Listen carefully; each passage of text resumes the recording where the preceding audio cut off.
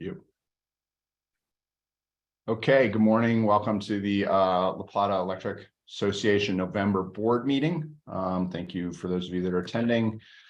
If we could start the meeting, if everybody take a moment, please stand for the Pledge of Allegiance.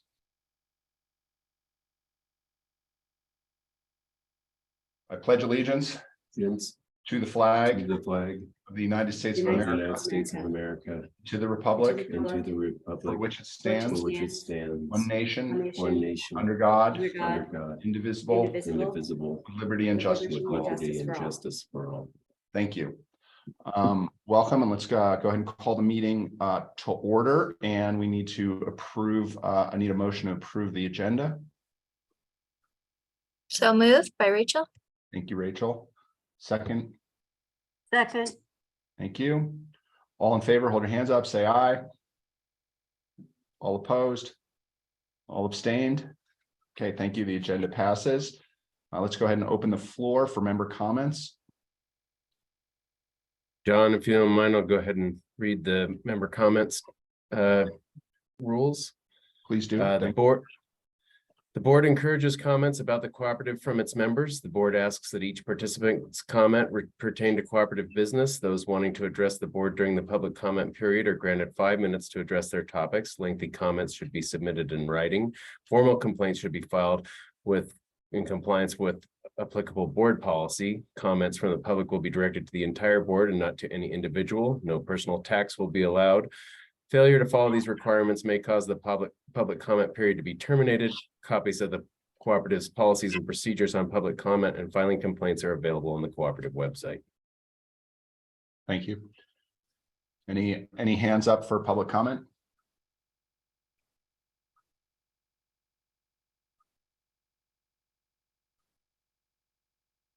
Okay, thank you. All right, let's move on. We have a let's go ahead and focus on the consent board items. As usual, if anybody would like to pull anything out of the board consent board items.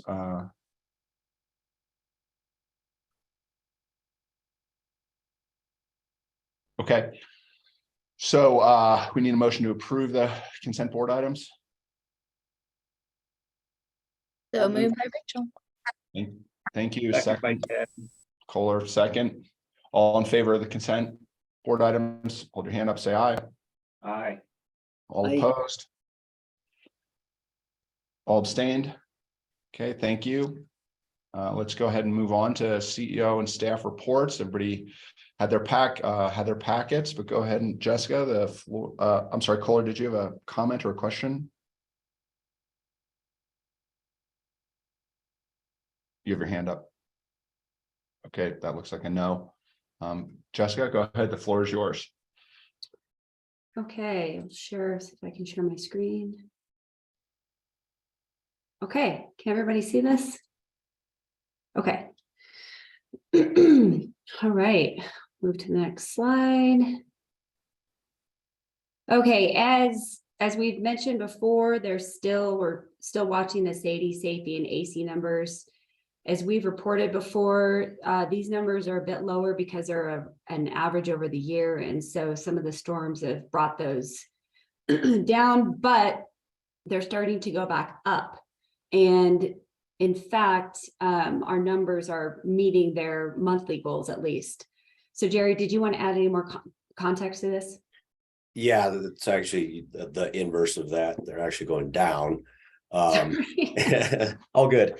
But yes, for October, our SAIDI was 2.271. Our SAFE was 0.017, which is phenomenal. So it's just the fact the storms and really ramp those numbers up. And we are working them back down slowly. Okay. And then the operating costs, that one is the cash reserves, the percent of operating costs is a little bit under the goal that the board has set for us, but I wanted Carl to explain that one. Thanks, Jessica. Yeah, we made our quarterly debt payment of around $2.5 million right at I just noticed right on 1031, which is the percentage that we landed with, which is quite coincidental. But we were back to the 12% 2 or 3 days later. So it seemed an unnecessary interest expense to cover that for the sake of getting a green check mark on October 31st. So we didn't draw down on the line of credit, but we are back around, I think it was around 14% on Monday. But I think November 3rd, we were actually above 12% again. So that's why that was slightly under on October 31st. Looks like Kirsten has a question. Yeah, I do. You know, I heard that at FAC and I thought, you know, that's smart. That makes sense. What it always should wear awareness of, what it should raise for us though, is that if a few of these things come together at one time, a quarterly thing, an unknown, blah, blah, blah, then we are at risk. So I think it's good to see these exclamation points. I don't think it's necessarily a bad thing. And so we're not really doing it to avoid the exclamation point. We're doing it because it's silly from a business aspect to borrow money just to for something that we know is just going to be 3 days, as opposed to for something that's going to make us look good. So I appreciate your effort, and I know that your heart was in the right place, but I think your words were a little in the wrong place, perhaps there, Carl. Okay. Okay. I had a question, Jessica. Yeah, go ahead, Bob. Sorry. I don't see you. Yeah, just back to Jerry, I just wanted to clarify the safety numbers that are out of whack just a little bit. We're still working off of the these are summer storms we're referring to, right? Is this like August, September rainstorms? No, so the numbers really ramped up.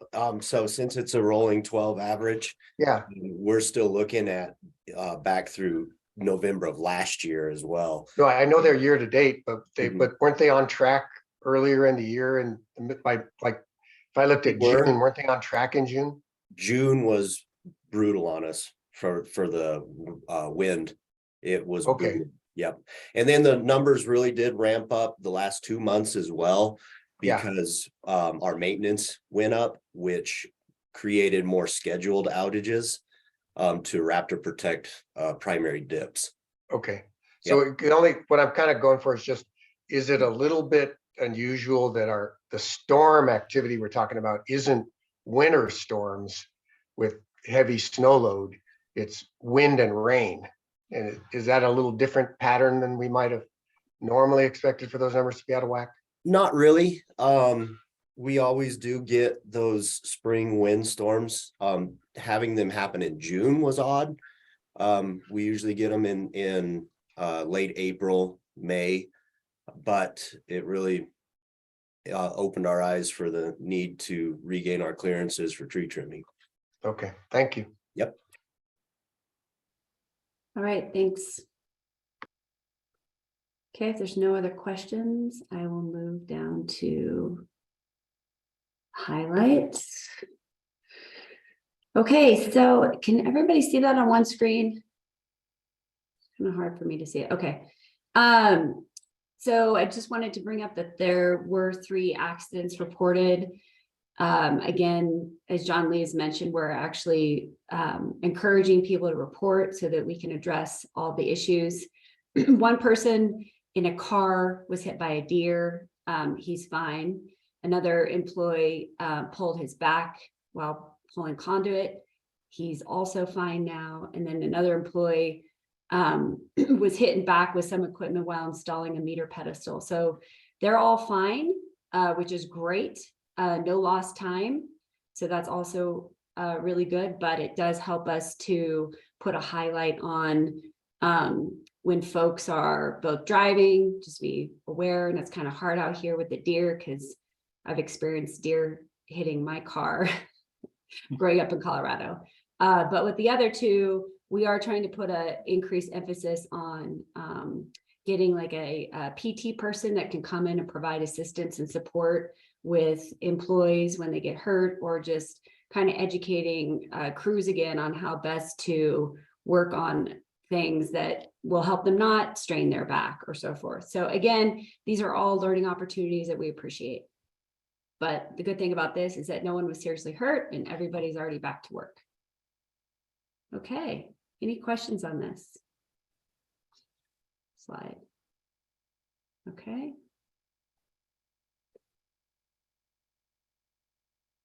This one, again, a lot of good information about what we're doing to outreach to our community in regards to STEM education and jobs at LPEA. And then with the solar, I'll have Dan just give a quick update since that's probably at everybody's front of mind. Excuse me. So Dan, do you want to give a quick update on that one? I sure will. There is or I guess my understanding is the equipment to set the pylons has been moved onto the site because they were finished with their previous job, and this one will be the next one, so they're ready to go in the spring. We've just gotten the order for the panels going. That invoice came in just recently, and we have the construction contract in hand as of last night, and I need to start reviewing that and make sure we have all that in place. Another thing that'd be, I believe, coming to the board once we have that ready to bring to you. Bob has a question. Dan? Yeah, I missed last month, so I didn't get to ask this, but I want to know, Dan, if we think about the Sunnyside Solar and a next iteration of it or enhancement of it, is it a site that's or the kind of generation that where batteries added to that would be net positive for LPEA, and should we think about that in our future capital planning? Good question, Bob. So batteries are being considered at that site. It'd be a great location for it. Got great interconnection there. It cannot be part of the policy 119. It explicitly prohibits using batteries there, but we've been talking with our partners with Crossover and eyeing that as a future spot, because that could be something that really helps check the box on some resource adequacy items for us as well. So it is absolutely in the planning. There's space we are reserving for just that. Yeah, excellent. Great. Glad to hear that. Thank you. Mhm. Okay, are there any other questions on this slide? Okay, I'll move to the next one.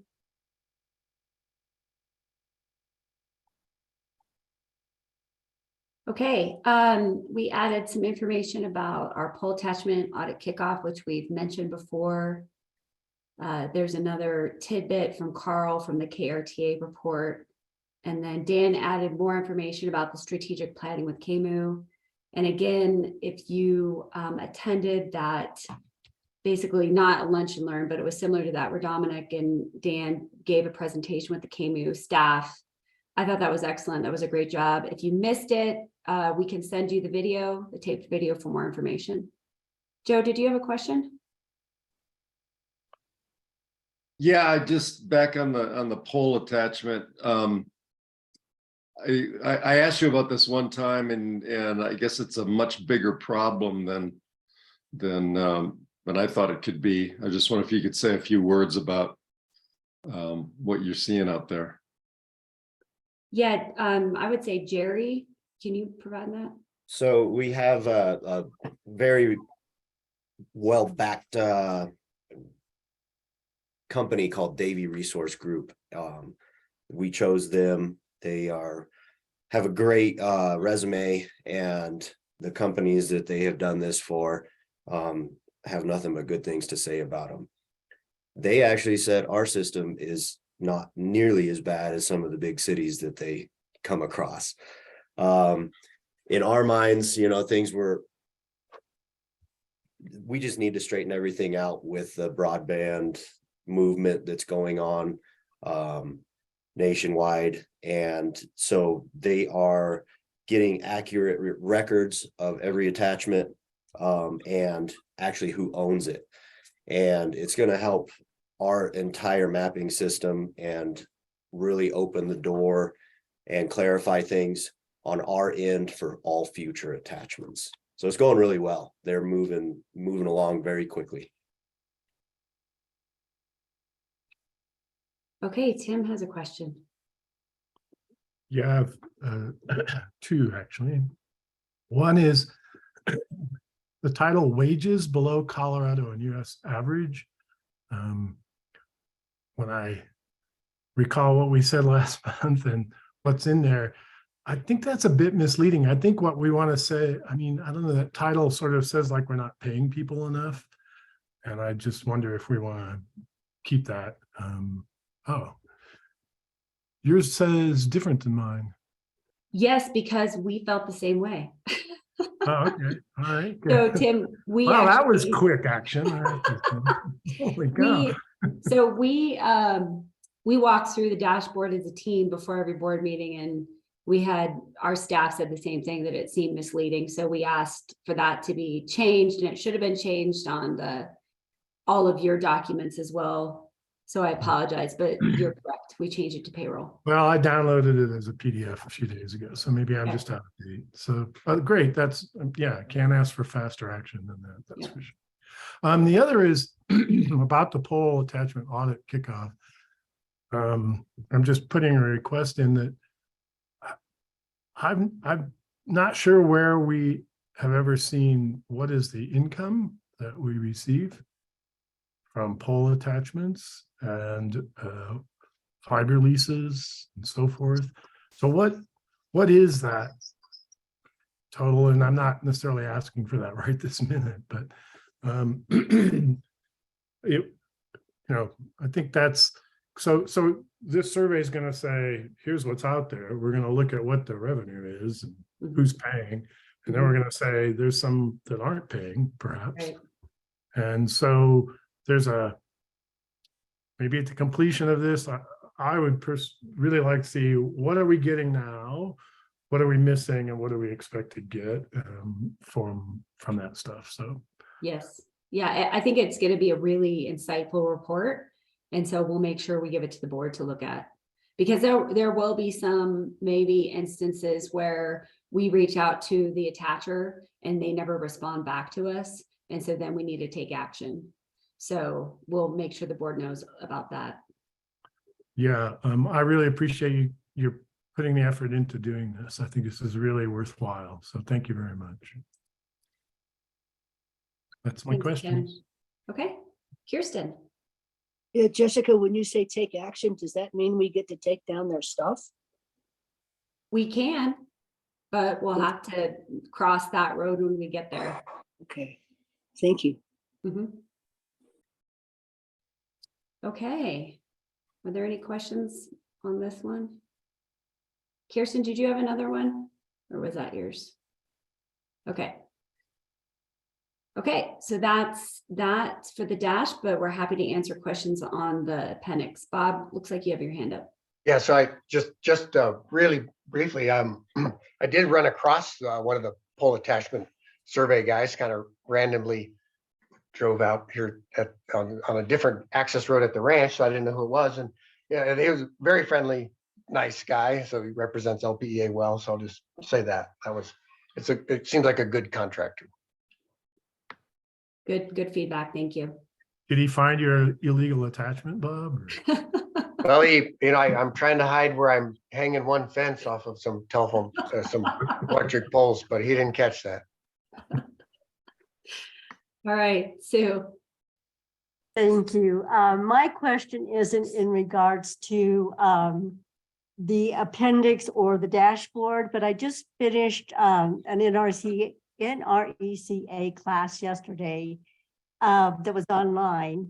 And one of the comments that was made toward the end of the session was that because of the rising interest rates and NRECA's retirement packages, that across the nation, they're seeing quite a few employees wanting to retire by the end of December. Are we seeing any of that with La Plata, or are we good? Elizabeth, Elizabeth would be the one monitoring people putting in their retirement. I can answer that, Jessica. Go for it, Carl. Not that I've got the inside track on people applying for retirement, but I know what's causing that, and it doesn't apply to us. It's if you're on the NRECA pension plan. One of my fellow CFOs in Colorado was talking about this. It just, the way their plan works, it just makes it a lot more beneficial to retire this year than next year. And I'm not exactly sure why that would be the case, but it's something to do with the NRECA pension plan, which we don't use. We use Charles Schwab. Okay, Yeah, see, that is sort of a defined benefit plan type thing, and we're a defined contribution plan. So, and you know, I can say that I haven't heard anything of anybody trying to retire. There's no financial motivation for our retirement plan. Like there is perfect. I'm glad to hear that. Thank you. Yeah, in fact, I just signed a congratulations card to an employee that's been at the company for 44 years. And I don't think he has a plan for retirement yet. So good stuff. All right, Kirsten. Yeah, Carl, you know, when you raised your hand to answer that question, I thought you were raising your hand to say, oh, I'll retire early. I was like, no. So I'm not quite that old yet. oh, okay, yeah, there you go. I do have a question. It's the really late in the appendix. It's page 43 where we talk about the North Star targets. And it's the last one under prepare for the future. Increase the likelihood that members will adopt new beneficial electrification technology by 5 percentage points.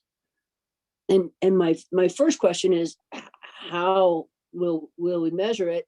And then as I was reading it again this morning, I was wondering, what would we be measuring? Are we measuring the likelihood, or are we measuring the adoption? So those are actually 3 questions then for you. How do we measure this, and what are we measuring it? Good question. So Dan. I can saw take Hillary this on one. mute. I think she's got something there. Okay. Yeah, so this is a part of our biannual member survey. So last year we did a member survey, and we asked this question as a baseline, which is a baseline to measure awareness and to measure likelihood of adoption. So we have the baseline already. What we're aiming to do is every survey to see those percentages going up, and we have the results for I think 6 or 7 different kinds of beneficial electrification technology. So that's how we're measuring that. Okay, that's fascinating. I appreciate that. So we really are asking about their likelihood. I mean, that's the 5. Okay, so how do we I guess we influence that by our programs, and you know, by our rebates, and by, you know, having the show and tells and such. And a lot of it is also influenced by technology around us. So it seemed to me kind of a little bit of a gimme that I don't know. I'm sorry about the gimme. Are part. you It trying just- to create trace causality of the results? Yeah, Yeah. that sounds much more nicer than than a gimme. Thank you. Yeah, no, it's a fair point, Kirsten. You know, we can't, if those numbers say those numbers do go up, that we can't go out there and say that we were 100% of the cause of that, but we can influence it heavily in our district, I believe, through all the programs and education that we do, and through our work with vendors and our work with contractors. And it's something that we're aiming to do our part in moving the needle, but I would never claim that every degree it's moved is because of us. Okay. So then the flip of this is part of our justification for why we do that reach out, because we know beneficial electrification is good, and because we're trying to get our people our members, to adopt it. And so that when we look at those budget lines and say, well, why in the heck are we doing that? Then we can point to this, can't we? I guess. Yeah. Okay. Thank you. All right. Good question. Ted. Thank you. Just like one comment and one question in the appendix. The comment is it's kind of going back to Bob's question clarification about our reliability stats, and the comment is how good and informative our keep the lights on slides are in the appendix, like board packet like 34 through 37. It really does clarify, when we had incidents, kind of what those incidents were, and how we're trending back down to get back under our metrics. So I would just kind of recommend that people look at those, because they really do help tell the story. The question is then on prepare for the future board packet 38, I believe, with beneficial electrification sales. It's super awesome to see us, continuing to accelerate, so to speak, trending above the goal. My question there is, most of that growth appears to be in the heat pump sales, and it's probably a Dan question. I can see kind of the the increase in kilowatt hours. Could you try and help define that for me a little bit more in terms of just volume? Oh, perfect. Thank you for the slide. Like, what does that look like in terms of member adoption? Is that 10 units, 30 units? Can you help with a little clarity, Dan? I will look into that and get back with you as soon as I can, because we do have a metric on how much kilowatt hours we're assigning per ton of heat pumps that go in. And so it's not necessarily correlated to all heat pumps are the same. If it's a 3-ton unit versus a 5-ton unit or BTUs, then we assign it differently. So I can look that up, unless Hillary, you know off the top of your head how many quantity-wise rebates we're doing. Okay. No, we will be able to have that data for you next year. We've built a new database this year, which allows us a lot more granular insight into the types of rebates we're giving. But anecdotally, our numbers for rebates for heat pumps have gone up quite a bit. But also that's only a fraction of the actual installs that are happening out there. Yeah, I'll ask Dominic to give us a average month over month, change in the number of heat pumps being installed and the number of tons added. And we should be able to get that to you today. Much appreciated. Thanks.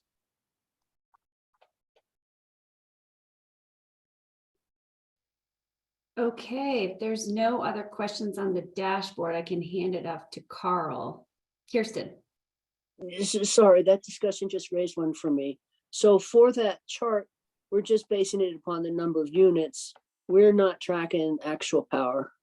Yeah, we don't separately meter those individual things. That would be really cool if we could, and future maybe holds what comes in the future is maybe some disaggregation where we could actually figure that out through AMI, but right now it's based on a combination of field projects where you have known sizing going in and known metering where they were separately metered, and now this is using that to scale it up.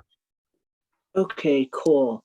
And then when we certainly when we get to any sort of a two-way, any sort of a controllable water pump, if we're able to not heat pump, then we would definitely know for sure that what their usage is, because we would be able to tap into it in the future if we ever do that. Well, just because we can switch something doesn't necessarily mean it's metered, though. I would love for it to be, and we'll strive for that, but it doesn't necessarily go hand in hand. Okay, thank you for that. Because honestly, if we want to capture this as a DER resource and use that as a capacity element, there has to be verification.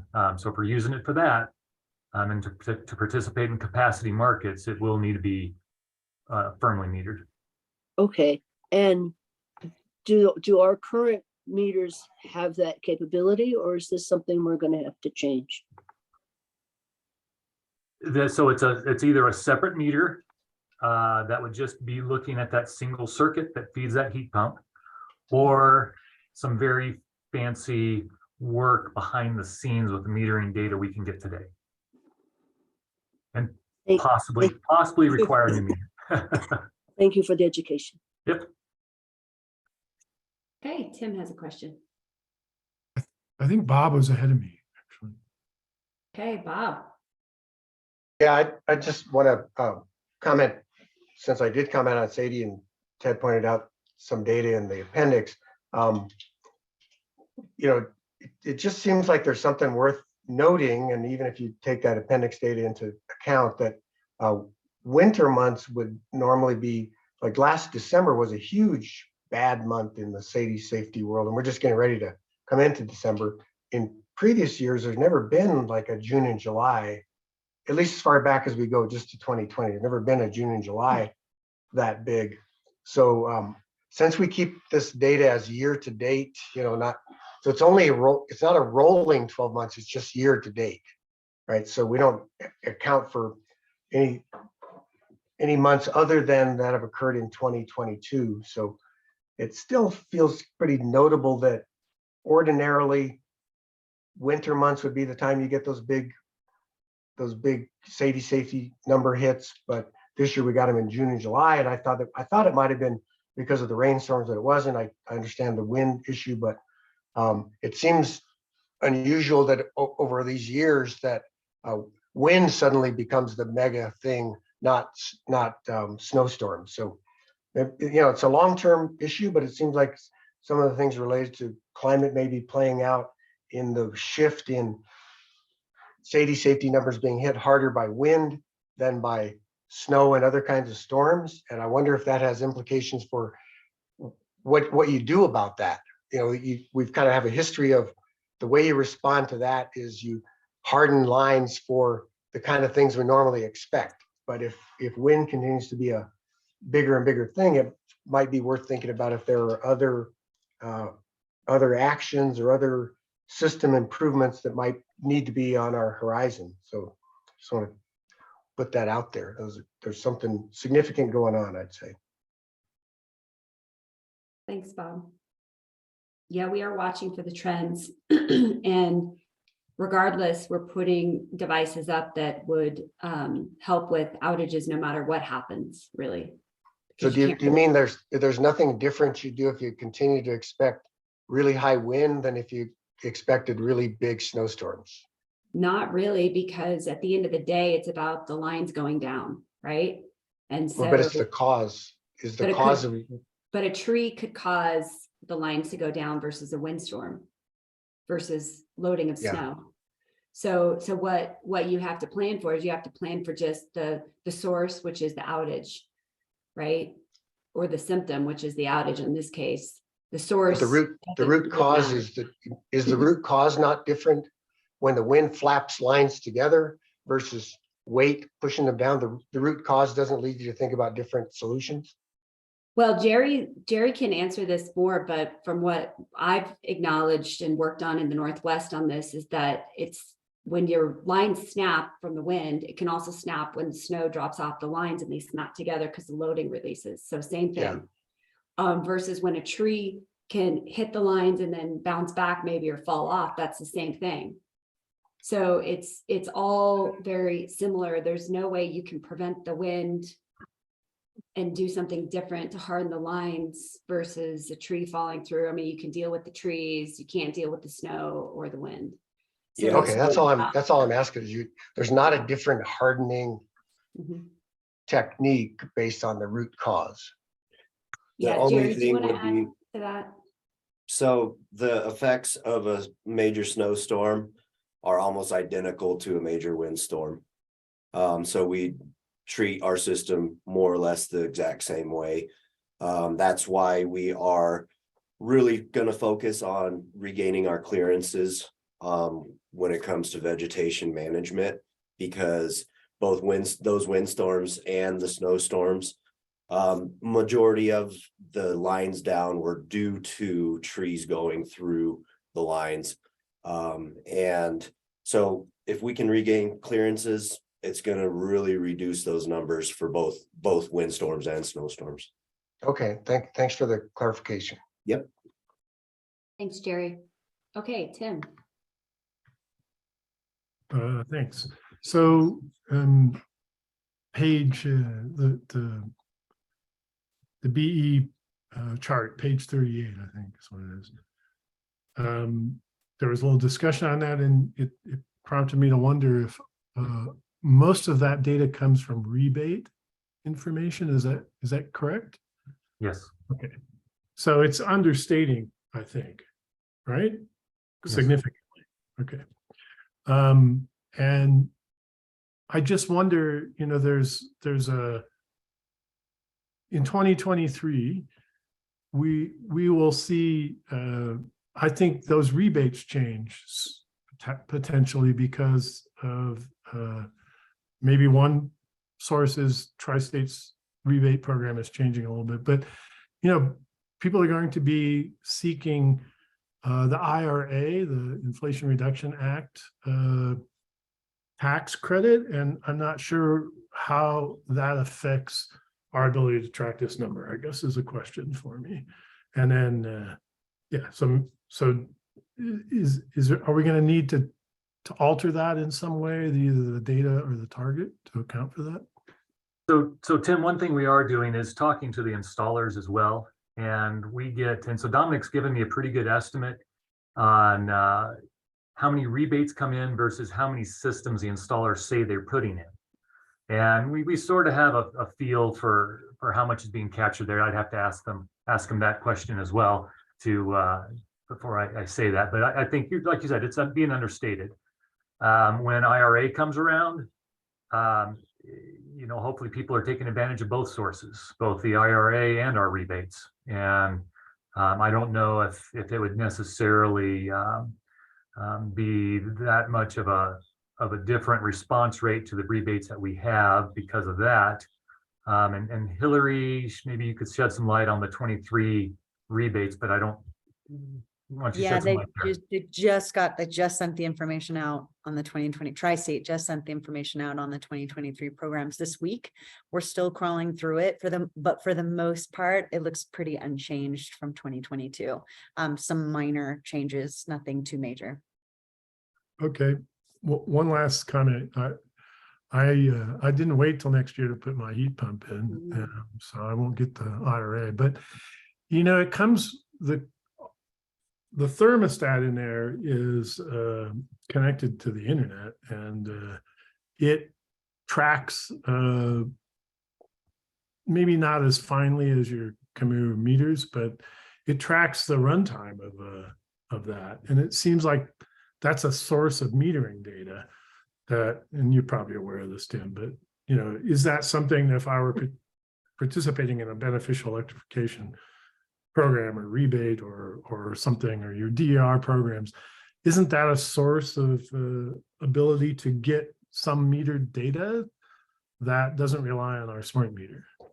Yeah, I want to be quick on this because we've got a lot of stuff to do today, but the short answer is yes, but it requires an integration for that specific person. Everybody has their own custom protocols and everything, and integrations are both timely and expensive to create. We're trying to work with the ecobee platform and get ecobee themselves to integrate with the various vendors so that we could either hand out or incent people to use the ecobee thermostats and then have one thing to integrate with that would capture hopefully that information. But the power still doesn't flow necessarily through the thermostat for metering, but we can make good approximations there anyway. All right, I didn't mean to go down a rabbit hole there, but just trying to understand. Thanks very much. Good job. Thank you. Okay, Rachel. Yeah, I actually, Jerry, your comment about kind of trying to, I can't remember how you phrase it, make inroads or not inroads, but keep up with or advance tree trimming and vegetation management moving forward, just prompted a question about, do you have any sort of metrics or goals that you're aiming for? I was just looking at our North Star targets and know that we're doing a lot of work and shifting resources towards vegetation management. So didn't know if you have something you're aiming for specifically this year, next year, et cetera. Actually, it's a 5-year plan for our vegetation management to regain all of our clearances around our overhead lines in accordance with NERC regulations. Okay, thank you. Thanks, Jerry. Okay, Carl. Thanks, Jessica. I will share my screen.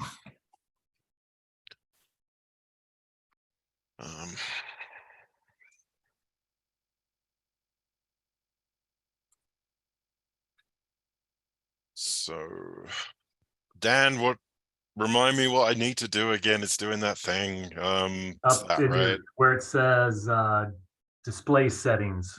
Display Drop that settings, down. duplicate. There we Swap. go. Swap it. Or duplicate might work. There we you go. It looks good. Thank you, Dan. Every time.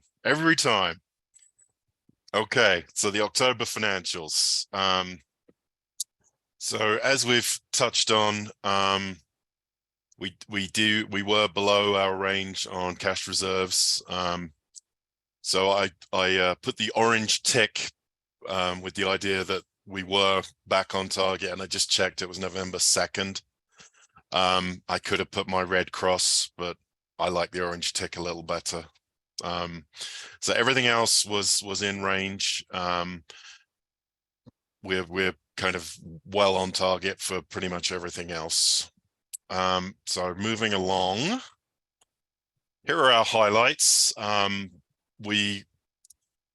Overall, our operating margin was about $200,000 above forecast. You can see the final 0.217.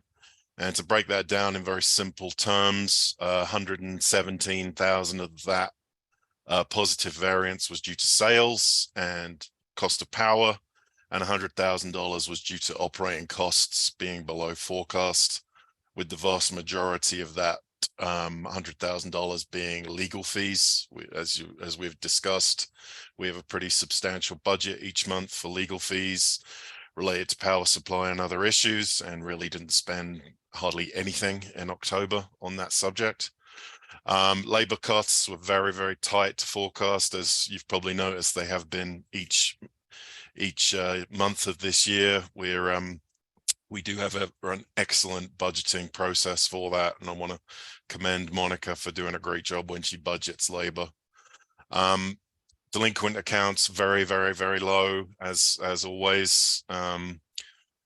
And although we did see a good number in terms of sales driven by residential and industrial in October, we were actually 1% below our kilowatt hours, mainly on commercial sales, small commercial.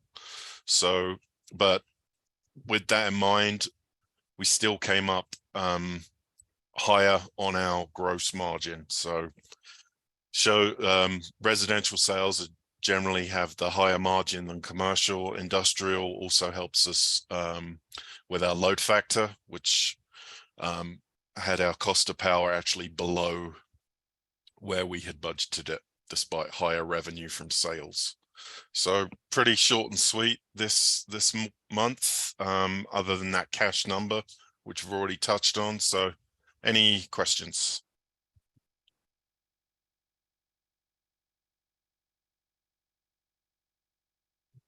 Oh, you're letting me off easy again. Thank you very much. Jessica, over to you. Okay, John, that concludes our section. Excellent. Thank you. Great job as usual. Okay, so board action agenda. So we're going to get a committee update from finance, and we are running up to an action required. We're going to need an approval here. Yes. Okay. Who's driving this bus? So Do you want me to back committee report first? Yeah, that'd be great. Why don't we get the update from you, and then when you're ready, you can call for the motion. Okay, sounds good. Okay. We did meet last Thursday, and Carl pretty much went over everything that is in my report. If you hopefully read it, we did discuss a little bit about the light extension policy and referred that over to the Committee on Policy. So I'm sure Ted will have more information on that. And then we did discuss at length the, oh goodness, I'm trying to look at it, the rate stabilization fund. And I thought that Carl was going to send out an email before this meeting, but we decided to hold off, and he'll be sending out that email in regards to the rate stabilization fund between now and our December meeting. So that's pretty much it. One other thing though, to make note of, because in my report, I say that we're going to have a meeting in December, and Jessica and Carl and I had a brief discussion about that and decided that there's really not going to be anything on of any importance in the finance area in December. And so we will not be holding that meeting. Our next one will be in January. So any questions on that? All right. Then if you tell, I see Rachel, you had a question. Go ahead. Yeah, thanks, Sue. I don't know if this is for you or for Carl, but in your report, you mentioned the piece about industrial loads and some potential change there in 2023. And just to make sure I'm kind of transferring that over, the proposed 2023 budget does not reflect any of that. It's based on the assumption that all will remain as, or our 2023 budget that we're looking at today does not include that. Is that correct? I can take that, and yes, that is correct. Okay. I would say the likelihood of something happening in 2023 is fairly low. It's likely would be something that'd be in 2024. Awesome, thank you. Hey, any other questions? All right, with that then, on page 62 of 145, we do have a resolution we would like to recommend to the board that does approve our 2023 budget as it has been presented by staff to the board. So that's a recommendation. Kohler, did you have a question, or what would you like? I do, and my question comes from the budget book that was presented to us. If I could ask a couple questions. So looking at that packet on the first one is on page 3 in the second paragraph, where it says it's talking about industrial loads. And much of this increased load in 2022 was due to higher natural gas prices. And this is not anticipated in 2023. I was wondering, because a lot of things I'm seeing, they are anticipating higher natural gas prices. I know that Tri-State is, and a few other sources I've looked at. So I was wondering if you're pretty comfortable with the thought that those gas prices are going to go down. And then what's the relationship with the natural gas prices going down or up as far as the industrial load? Let me take that, Kohler. So one thing to remember is that most of the natural gas from our area heads to California. So it's the pricing in California that really drives how they react here. And when we have some industrial customers that can either run their compression with natural gas or electric. And so when the prices are higher, they say, oh, I can make more money by selling that and compressing with electric. When they're lower, they're like, I'm going to be better off getting the gas, burning my gas here to send over there. So that's why. And it's really month to month, and long-term forecasts. What these guys are telling me is that they make these decisions month to month, but they don't anticipate turning it back on. Plus, when they turn it on, it's not just it takes capital to turn them on. It's priming things, getting things ready. And so there's an upfront cost just to flip the switch. So there has to be a significant difference to have them make the jump. And then if they do make the jump, they're going to run it for a sustained period of time before they turn it off, is the general what we've seen. Hopefully. Okay, thank you. Well, that's really helpful. I never thought about that part of it. And then on page 6 of that same presentation, what it does is it shows a commercial over 1,000, being actually higher than it was in 2022, but I'm thinking that what the first page mentioned is it's going to be lower, that they're going to be lower in back to 2021. So did 2022 then, was it quite a bit lower than 2021?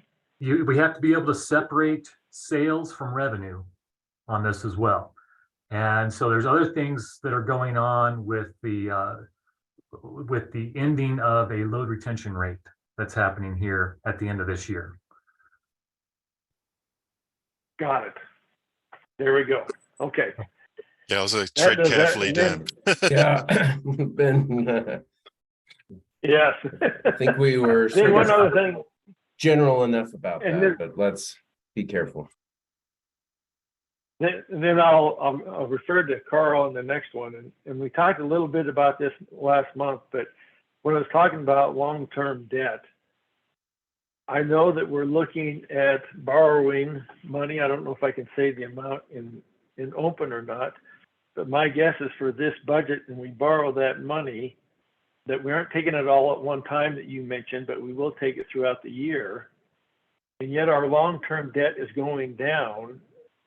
So could you again go over that for me? I just don't have my notes from last month. I'm not understanding why the long-term debt would go down and we're actually borrowing money, even though I know we're paying some of it off, but I don't think that would get us ahead of last year. Where are you seeing long-term debt going down, Carla? Because it certainly didn't be. Let's see. I think it was back on at page 8. It's I had down page 6, but I'm not too sure if that's correct. So I'm not seeing it there. So yeah, so maybe page 7. Let's see, long-term debt on the balance sheet on page 7 toward the bottom.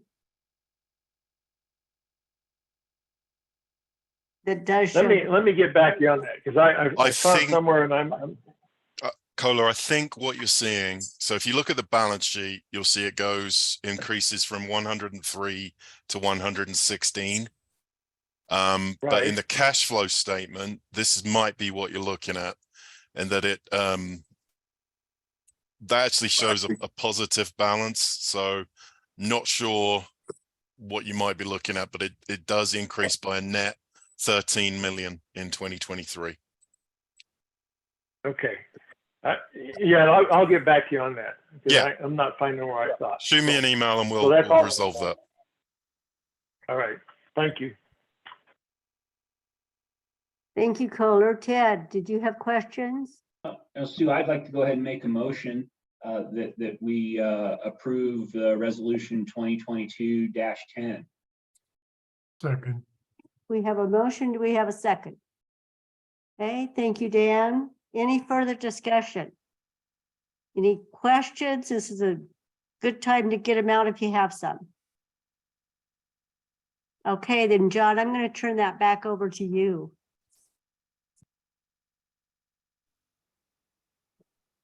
All in favor? Thank you. All in favor, hold your hand up, say aye. Aye. All opposed? All abstained? Great, motion carries. Sue, thank you. That was incredibly smooth process for what could normally be a pretty thorny subject. So appreciate the hard work for everybody in that committee. It's only boring to those who don't like finances. Well, we all love finance. I mean. Oh, yeah. Oh, yeah. One. Yeah. Yeah. You just hurt Carl's feelings. Nothing like a That's good. been a great job in getting all the information to us. So kudos to all of them. Nice. Okay, onward. Committee on Policy. Who's driving the bus? Ted, is this you? Yeah, I'll take over. And yeah, I mean, now we're really into the exciting stuff, right? Out of finance into policy. Very brief textual report on page 63 of 145 with some additional color commentary from me. No action is expected today coming out of Committee on Policies, but I'll explain what action is likely to be expected in the upcoming couple of months. So we met on Monday this week. The two primary agenda items were a portion of policy 103 that deals with delegation of authority to the CEO. And the other main agenda item, as Sue already mentioned, was a pretty thorough deep dive into our line extension policy, which is being driven by staff request. As far as the first one, policy 103, primarily we're looking at updating, trying to get with the times here in terms of the authority that CEO has to sort of make discretionary expenditures. That hasn't been updated in a long time, and also to remove some of the hurdles that I think we've discovered are no longer necessary or legally required, and some of the stuff that the board sees regularly about the CEO needing to come back for approval on already budgeted items just because they happen to be above a certain dollar number. So the expectation there is that later this week or early next week, the board will see the recommendation coming from COP, and that will follow kind of the traditional process and allow for interaction and comments on that recommendation. I will say it seems pretty cut and dry. It was well received at Finance and Audit Committee, which I attended, and then passed on to COP, and also went through, there's no such thing as very unanimously, right? But unanimously from COP. So I don't expect a lot on that one. And because there's hands up, I'll pause right now. And before I start talking about the expected process going forward on line extension policy. So I see Kirsten's hand up. Yeah, thanks, Tim. I'm sorry I wasn't able to attend the policy meeting on Monday. The rate design committee was at the same time. Did you all discuss the kind of the high level pieces about the line extension policy, that where the board has a role as far as deciding, are we want to encourage economic development? What kind of economic development do we want to encourage? Because those are the things that the board, that we put in there, or that we state, and then the staff comes and says, hey, well, this is how we meet those. So this is, so far, it seemed to me very much a staff driven process as far as meeting just okay, this is what we need to get our bloody job done. I would like to make sure that we as a board consider our impact by this line extension policy beyond just okay, well, you can do it, we have this kind of rebate on this kind of project and such. Did you talk about that, please? Yeah, thank you, Kirsten. Super poignant, timely query. So I don't remember, sorry, if you did participate in the Finance and Audit Committee where we saw the first sort of staff recommendation for line extension policy, and kind of to your point, it was, this won't be the right term, but in the weeds a bit. It was very detailed. Kudos to staff for digging in super deep and understanding what they think needs to happen. But through that process at FAC and then pushing on to the next week for Committee on Policies, staff came back with a revised, they didn't revise actually the proposal, but they revised the presentation to bring it up to the level that you're really talking about, Kirsten, which is, sort of really almost a philosophical part of it. So where does the board get in, and what do we really want to see? How do we want line extension policy to reflect the goals of the organization? And so that absolutely, that's where we're at. That's what, that will be the next thing that the board sees. And going away from today, even though I said there's no particular action, I'm just going to pile on with what you said and ask the board to consider over the next month, and you'll see something next month that sort of formalizes and drives this process. But as you're just laying in bed awake and thinking about LPEA things, what things would you like to see us drive through the line extension policy? We will have an opportunity to share those thoughts, dig in deeper on that, because you're right, that is the main thing that from our level we want to put into that policy, and and then kind of leave it up to staff about the details of executing that policy. Even though we're leaving it up to staff, there is a lot of detail in the line extension policy that probably will get revised once we revise our thoughts around what that policy is supposed to make happen, or what our philosophy is around that policy. So thanks for the question, Kirsten. Lots more to come, but we are heading in exactly that direction. Thank you so much, Ted. Kohler, go ahead. Yeah, a couple months ago, we had a discussion about having like an overall contract or an agreement with vendors so that we don't go each separate little job. Is that something that should be considered when we're dealing with policy 103? To me, something like that would fit into that financial part as far as guidance on that. I know it hasn't come back up again, but I just wanted to ask if that might be a consideration for policy 103. You're stretching me a little too hard there, Kohler. I'm going to lean on Graham or Jessica.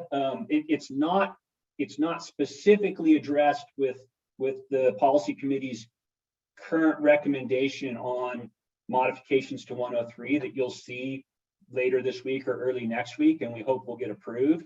But I do respect that that's something that we addressed previously, and I'm not sure if we've properly finalized it. So I think Jessica put her hand up to try and add some clarity. Yeah, Kohler, I appreciate you asking that. Our philosophy is that with this change in the policy we're making, that we don't need what we previously brought forward, so that it takes care of that, if that helps. Okay, good. Yeah, that is helpful. Thank you. Which just makes everyone more curious about what this policy will look like, but you'll see it soon.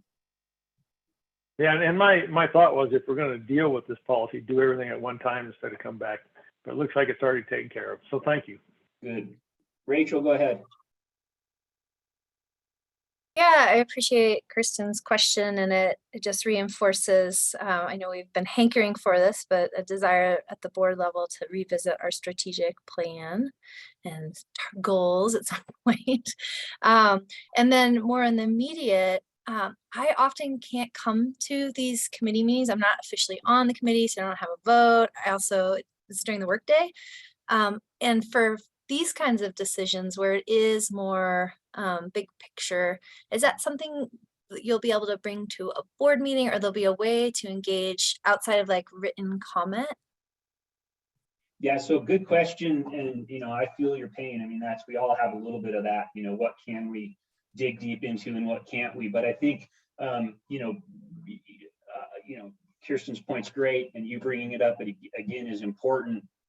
We will, I'll have to run this by Jessica and John, but at this point, we expect to have some time for open board discussion on essentially the philosophy of LPEA's line extension policy. So I don't expect us to deep dive into the details. I think that goes back to policy committee, and we put that recommendation together.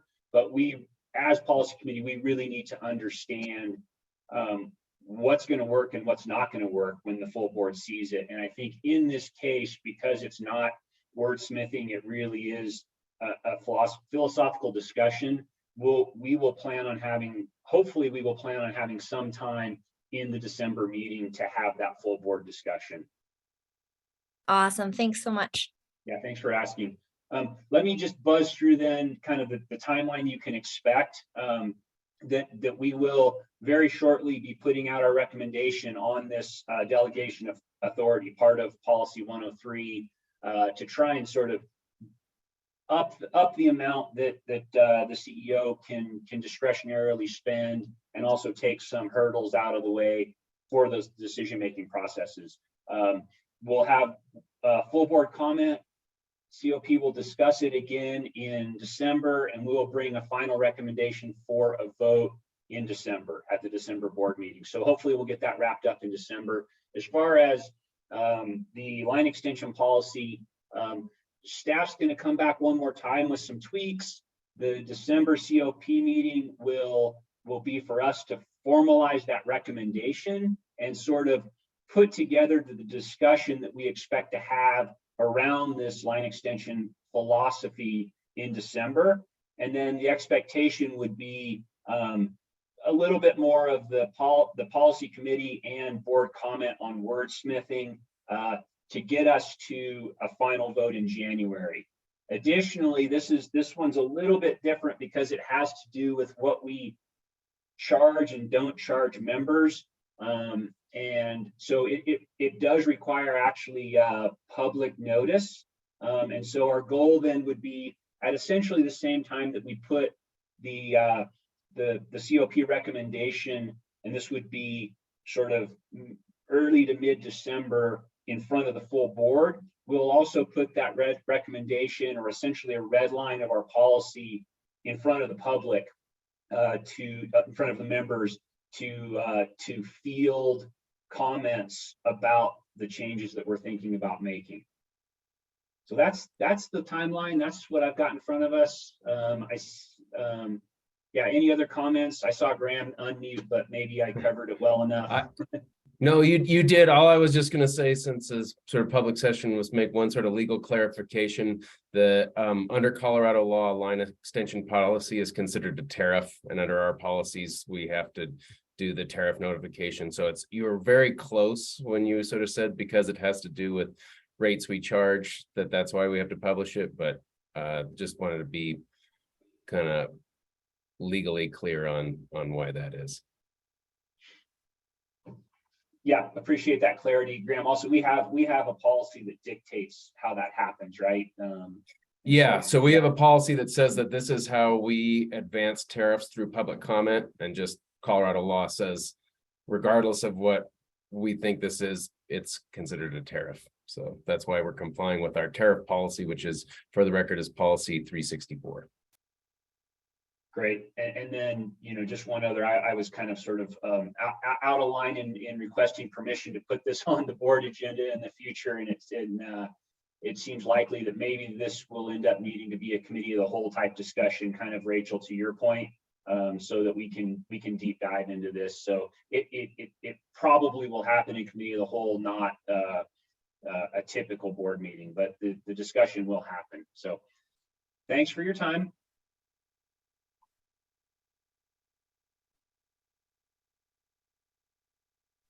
Back to you, John, sorry. Yep, okay, thank you. All right, local renewable project fund request. Okay, that is Dan, and we sent a memo on this. So Dan, do you want to? Yeah, I'll cover that, Jessica, thank you. On page 64 of 145 in your board packet, you'll see a series of memos, the first of which is this one we're calling the local renewable project fund request. And as I think most of you are aware, La Plata Electric has a local renewable project fund that grows each month through customer contribution annually, or maybe even twice a year. LPEA contributes to that fund as well. This has historically been used to fund local renewable projects within our service territory. That's the purpose of this fund. And, we've funded school solar arrays, some Habitat for Humanity type of things. And then there's also been some grants that have been issued out of this as well. And our policy that governs that, I'm trying to remember the policy number. We have a policy that governs that 303. Says, thank you, Graham. That up there it is, 303. And it basically says the board is the entity that determines if and how it will distribute these funds. And what I'd like to put in for request for is to use some of these funds for our community solar garden at Sunnyside, that project. By doing this, we will further reduce the cost of this project, which could further reduce what we can provide to our members in the form of a subscription service in the future here. And so the request is to fund half of what we would consider the interconnection The total cost of the interconnection is estimated at $220,000. I'm asking to use $110,000 from this fund to support that, which coincidentally is about what LPEA alone has contributed to this fund in the last 5 years. And you'll see down there towards the bottom of the page that the motion is to distribute $110,000 from the local renewable fund to pay for a portion of the interconnection of the Sunnyside solar project to the substation. Be glad to cover any questions you have. Kirsten? Yeah. Dan, is it fair to say that in the past, the kinds of projects, you mentioned a few of them, they tended to be relatively small. This is, and also more clearly benefiting a segment of the membership, as far as this, the request came from a member saying, can we do this project for the Boys and Girls Club? Can we do this project for, Archuleta County? I forget which ones we had over there. And this is very, very different from that. And I'm trying to get my arms around it, as far as, and you mentioned a policy, and I guess I need to read the policy. As we look at this policy, it says we can use it for this. This is a great way to use it. And I think overall it's best for all members. So I like that. I just want to make sure, since it's so different from how we've treated this fund in the past, that we're not treading on thin ice. Yeah, thanks for that, Kirsten. The policy basically says it's for, the development of renewable projects in our service territory. And so it has been used for something similar to this in the past. They haven't always been customer requests.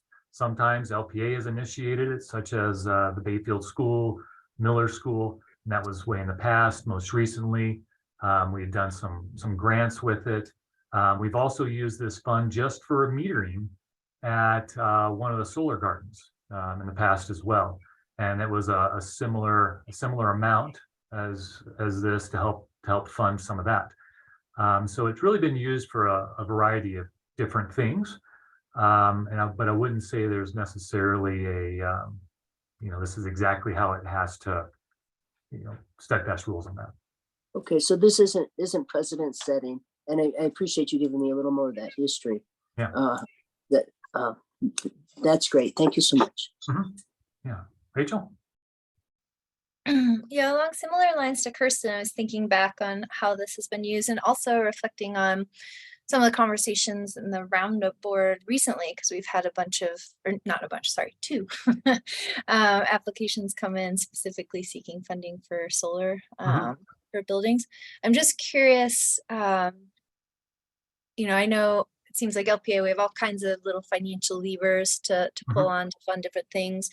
Have we been hearing from the community at all, requests, are you going to open the renewable grants fund again?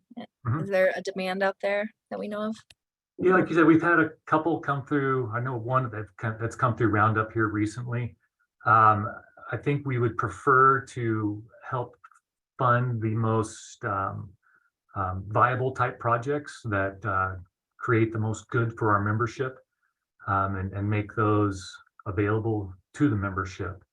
And really what this comes down to is, if we can use this funding that we've already set aside, then I don't have to include that in the subscription rate. That's really what it comes down to. And so that's the good that it's doing in the community, especially from the affordability aspects of this, that we'd like to, we're considering assigning a certain portion of this community solar garden towards that, to check that box as well. Awesome, thanks. Yeah, and I also just want to flag, I remember the last time we had the grant open, and just it was a kind of clunky process, and I remember kind of once projects got started, it continued. Yeah, I think to be a lot of management for you all. So it is at that. We've gone through a couple different rounds of the grants, trying to make it better each time, but even with that, it's still difficult to hit those targets. Thank you. Tim? Yeah, thank you, Dan. So in principle, I see how this fits into that policy. I have a couple of questions. One is, you've mentioned that there's a lot of LPA money in that, and I'm not sure what LPA money is and how it got in there. So could you give an explanation on that first, and I have another question. Yeah, I think I can mention this because it was a motion that was made in public long ago, so it's in our minutes. But it was in conjunction with a Policy 115 contract that we did for waste heat recovery project. And at that time, the motion was made that we will enter this if LPA also contributes a certain amount towards that project, towards the Renewable Energy Fund, Renewable Project Fund. So really the majority of the funding in that fund comes from LPA, and it gets there. It's a budgeted item. It's in our operating statement as a budgeted item that we put towards that. On a yearly basis? Yes.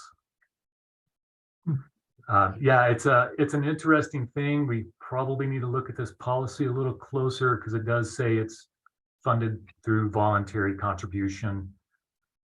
Some of it is. So some are forced into voluntary. Volunteered. Is that what you're saying? And that has to do with cogeneration or something? It was tied in conjunction when that was passed. It was so that's kind of before most of us time. It is, yeah. It happened about 4 or 5 years ago. Okay, I don't recall it, so it must have been before my time. That was the mechanism and how that started being funded with LaPlace Electric Funds.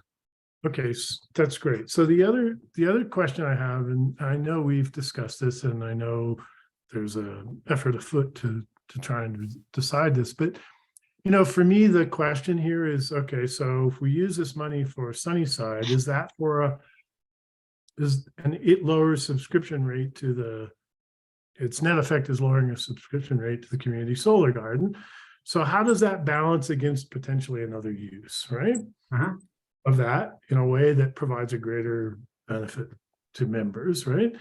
And so it's hard to judge because we don't know yet what the subscription rate or process or who might be included in the community solar subscription, right? So far we've been asked to approve funds for this community solar without knowing actually who's going to participate. And that, you know, my fiduciary responsibility, I have a concern about that, I guess, right? Not that I don't have total trust in what we're trying to do, or I don't have a doubt that a community solar project is worthwhile. But in order to sort of weigh costs and benefits, right? I think we still need to understand better or at least I do, you know, how is the subscription going to occur and who's going to benefit and how, right? At what rate? So I probably wouldn't halt or vote against this request per se, but it does come with a caveat, I think, that I'm voting for potentially something that I don't really know the cost benefit versus potentially other things. So yeah, and I think that's a fair point, Tim. We are working through those details and we hope to have that proposal coming to you soon. But I can tell you it is going to impact a great number of our members that can be available, have this solar garden available to them. Whereas what we've done in the past with these, it's usually been a one-person benefit or a very small community type of benefit that's gone towards that. It's been a rec center, a single school, and different things. I feel like this gets not only checks this is a better use of our money with being low cost, but also impacts a greater number of members, even though we don't have the details quite behind that yet. Well, I certainly trust your statement, but That means a lot. I do like data. So I've gathered that. thank you, Dan. Thank for you, Tim. Patience. Yeah, I'll move to distribute the 110,000 from the local renewable generation fund to pay for a portion of the interconnection between Sunnyside Solar Garden Project and the Sunnyside substation. Just to get us back in Robert's Rules of Order, a motion needs to be made before we start discussing stuff. So that's where I'm at. Second. Great. So we have okay, so the motion is, so we're gonna continue the conversation. Dan is 100% right, but let's keep the conversation tight inside the motion sort of boundaries as best we can. So Dan, why don't you continue to manage the conversation? Okay, John, did you have your hand up for a question there? I did, but Rachel, you're next, go ahead of me. So why don't you go ahead and navigate that? Yeah, you're next on the list that I have here. Okay. Yeah, then let me speak directly. Let me offer a perspective on Tim's concern about who benefits, how do they benefit, what does the subscription configuration look like? I've seen a lot of these systems in California, where I do most of my business. In all configurations, whether that was chopped up across 5 projects or 20 projects, or it was done one, the configuration was allocated, there was preference allocated to low and middle income families. It was given to like the community centers and churches. There's a lot of different ways you can dice and slice that. In all configurations, you're still going to have to do an interconnection. Right? It's going to be a sunk cost. And so while Tim's point about, hey, it'd be great to see a total picture before we pull the trigger, in all configurations, you're gonna end up spending this money. And so I think it's speaking for myself on my upcoming vote on the motion, I'm very comfortable without just sort of saying, hey, I trust Dan's decision, work in progress, we're going to figure this out. I think I can go one step further and say confidently that this money will be spent, it's appropriate, and that we should move forward because there's no configuration where we wouldn't spend this money. So that's my speaking on my personal opinion from my professional experience. So thank you. Thank you. Rachel? Yeah, I think to John's point and Tim's point, is I was just thinking about this, again, thinking about the past recipients and, oh, wow, it helps nonprofits get their energy under control. So there's longer term viability there. Working in that sector, I realize how critical that is. Yeah, I didn't even think about the fact that they could apply for the solar. So that's exciting. And then I guess the only other question was a point of clarification. Something, as I was looking at that budget book earlier, there's in Be a Trusted Community Partner, the energy efficiency line. So this is what page, oh dear. Oh, I just lost it. Nope. Oh, the screen. 16. The local renewable generation fund, 22.5. That's our contribution into this for this next year? Carl, do you know that one off the top of your head? It's page 16. Trying to identify the line item in the budget where our contribution towards the renewable energy fund occurs. I know Monica would know this right off the top of her head as she put together a lot of this stuff. Okay, well, we don't need to go down the rabbit hole. I'll send any follow-up. I can get you that, Rachel. Yeah, I just need to look it up. Okay, thank you. Thank you. Sue, did you have a question? I did. Actually, mine was along those same lines as Rachel's. Looking at the resolution, if you look at, it says that we put in about 112,500 over the last 5 years. If you split that out by 5 years, that is approximately 22,500 a year. And so if we could just get verification that that is the amount that's going in each year, or kind of what that budgeted item is, that would be great. I hope that is the right answer, because it should have been exactly how I calculated it. So. That's how I calculated it as well. All right, Kirsten. So I appreciate that the interconnection is absolutely needed and how much it costs and such. So the question isn't, is it needed? The question is, where's the money going to come to pay for it? Do we pay for it and then it becomes part of the subscription, or do we pay for it out of this fund that can be used for other things? So we're basically choosing to use all of our money on one project this time around. Pretty much, we're not leaving too much behind there. And I just want to make sure that is a conscious decision, that we're saying, okay, those things that came to Roundup, we're not going to worry about those, and we really don't think there's anybody else out there. So we as a board are going to say, yeah, this is how I want to spend the money that we've said is for renewable projects. So that's the question you're asking us, right? Yeah, that's exactly right, Kirsten. The thing I see though is this fund, grows through the years, and we need to use it on a eligible project. Absolutely. And this is an eligible project that can touch a lot of our members. And so, but your point is very valid there. Yeah, and to your point of it grows through the years. Well, it grows through the years if we don't tell anybody about it. Okay, and we have not done as good a job, I think, telling people about this, and we've gotten off any kind of a schedule of, hey, this is the kind of money we have available, these are the kinds of projects we're interested in.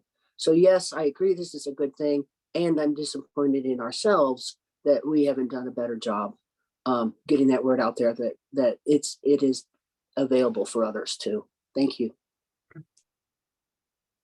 Good. No. Yeah, I appreciate the questions about, what our decision is this the right place to put this? And, I'll just sort of quote from the policy 303, the objective is to support and encourage the advancement, development, and installation of renewable generation projects in LPEA's service territory. I have a hard time imagining another project applying better to that goal. This as Dan described, this really I think has the best ability. It's a big project. We're pushing forward a big project, and I think that really addresses the objective of the policy on the Renewable Generation Fund. So for me, that makes this an easy decision. I can't imagine other projects coming in that hit that objective better. Thank you, Ted. And so, seeing no other questions, John, I'll turn it back over to you.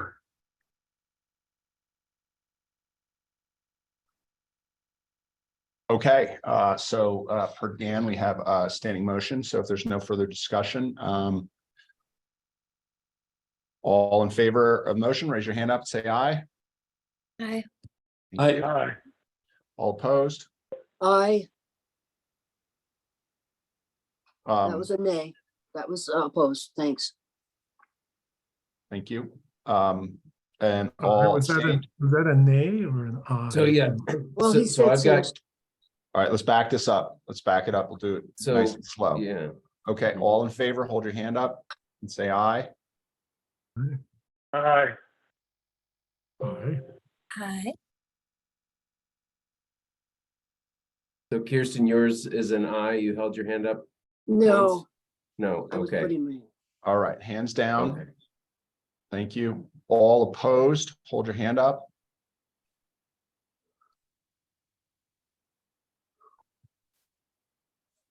Okay, I see one.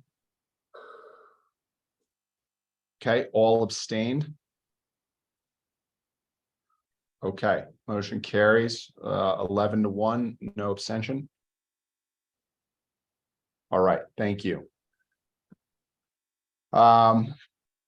Pushing on.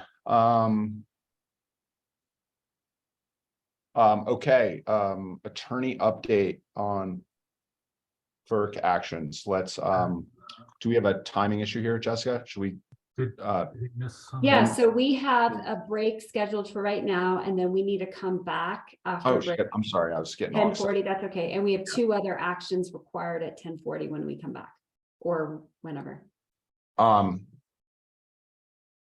Okay, why don't we stick to the schedule then? So it is 10:34. We'll take a 10-minute break. We will see everybody at 10:45. Okay, thank you. All right, let's come on back.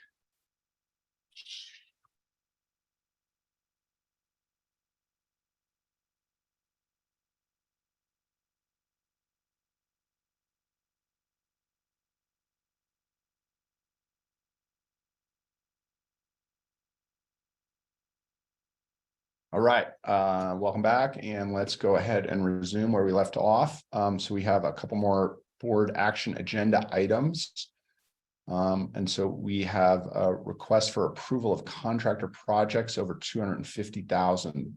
Who is driving? Is this you, Jessica? Yes, so this was something we brought up a while ago. This again is the policy issue we have where all of these capital projects have been approved and reviewed by the board. However, because of this outdated policy of the $250,000, we still need to bring it back for approval. This is what we're hoping to change in the policy committee. But while we wait for that, we still have to seek approval for these. So that's what this is. And Dan, did you want to add anything else, or Jerry, about the projects in particular? No, I think we've covered that in the capital projects review already. Okay.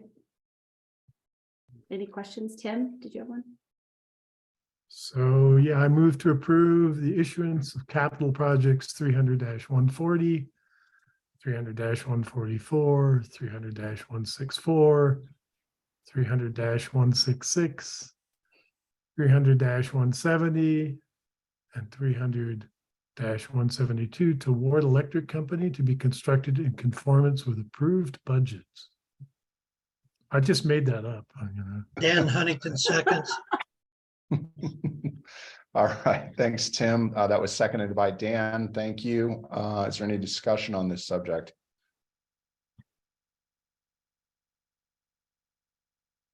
Okay, all in favor, hold your hand up and say aye. Aye. Aye. Aye. All opposed? All abstained? Okay, the motion carries. Thank you. Pushing on, independent third party. Just, John, I saw John Lee and Kirsten were both muted and don't have their videos up, so I didn't get a response from either of them. Would you mind if we just double check with them directly? Yeah, thank you. Kirsten was a vote for. Okay. Thank you. John, you in there?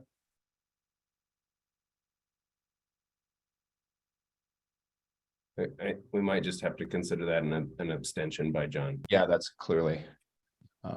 So. Okay, so motion passes 11 with 1 abstained. All right, thank you. Independent third party appointment. Yes, and Hillary can give any more context, but this is the memo to place Tiffany, who's been our independent third party person for the voting of the board elections. So we're asking to have her do those elections again. That's it. No further comment from me. Tim, did you have a question? I'll just make the motion again. I move to approve resolution 2022-11 independent third party appointment. Excellent. Can we get a second? Second by Kohler. Thank you, Kohler. Second. Okay, discussion. Kohler, did you have a comment? You're on mute. Nope, no comment. Okay. No comment. Thank you. Okay, pretty ministerial request today. Any further comments from anybody else? Terrific. Okay, all in favor, hold your hand up and say aye. I see. Aye. Aye. Excellent. Okay, all opposed? All abstained. It looks like John Lee's still absent, or what's the word? You know what the word is. I'd even find out. All right. Moving on.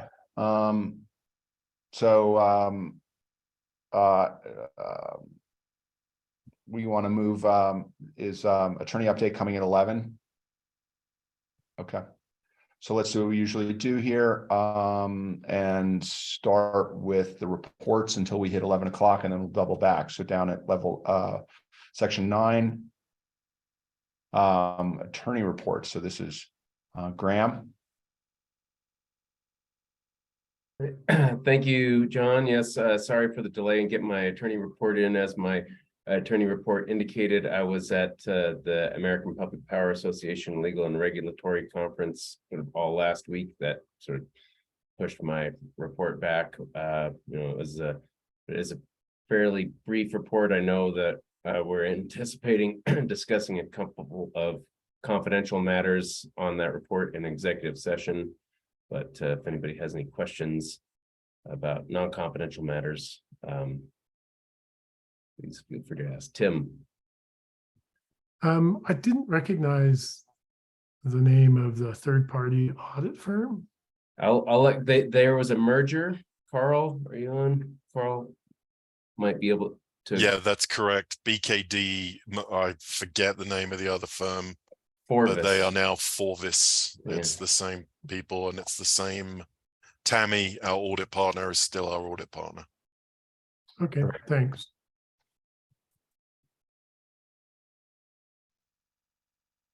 Okay, if there's no further questions, Matt was able to join a couple minutes early. So let's double back, and we'll pick up, return back to section 6, the attorney update for FERC actions, public discussion. Matt? Yeah, thanks, John. It's good to see you all. I have a very, very short update today. On the CTP case, which is the full tri-state buyout, exceptions were filed by a wide variety of parties on that case. So exceptions are like a administrative appeal. Those were filed on the 31st. So now that'll be going all the way up to FERC, teed up for a FERC decision on the CTP. So that'll be moving forward on the BDP. That remains pending in front of FERC. I don't know if they intend to try to decide them together. At the same time, we remain hopeful that we can get a decision, as soon as possible on the BDP, and certainly, continue to monitor that situation. But outside of that, I mean, the FERC side is fairly quiet. It's really, fully briefed. We talked through last time when I was with y'all about the CTP outcome, and how it had deviated pretty substantially from what Tri-State had initially sought, both in terms of from a methodology perspective as well as from an outcome perspective. And then now, FERC will take up the various positions of the parties. There's been, major case like this, people take exceptions to dozens, if not hundreds of issues. So, the FERC staff will be working through that. It will be then teed up for FERC to decide kind of one by one on the various issues that are raised. At that point, you will have a final decision from FERC. There's a reconsideration opportunity. There's also a judicial review opportunity, which goes into the DC Circuit Court of Appeals. So that's really where things sit. I can certainly take any questions, but it's like I said, it's a fairly straightforward update for purposes of this month. Rachel? I was just going to say, is the other update in the state level where they dropped the United dropped their case, just for anyone who's following along? Yeah, then that's a good flag. So United has exited that appeal that they had going all the way back to what feels like was a really, really long time ago, when the cases that we had brought forward were preempted. the United Adams County case continues to move forward. But that the appeal with regard to the PUC has been dropped. Likely a corollary with the outcome at FERC and the withdrawal of that appeal. So that case will no longer be going forward. Okay. Okay, any comments from Matt for public discussion? If not, we'll need a motion to move into executive session. So moved by Rachel. Thank you, Rachel. Second. And just sort of for the record, it's the purpose of the executive session is to have confidential discussions with Matt on his report, and then also to have some confidential discussions with me on my attorney report. Excellent. Thank you. And Matt, is it okay if Kohler joins us for this? Yes. Great. Thank you. Great. Thank you. We need a second behind Rachel. Second. Thanks, Tim. All in favor, hold your hand up, say aye. All opposed, say no. All abstained. Thank you. Let's take a moment, make sure everybody's got their Zoom link handy. Okay, we'll see you over there. Thank you. Thank you.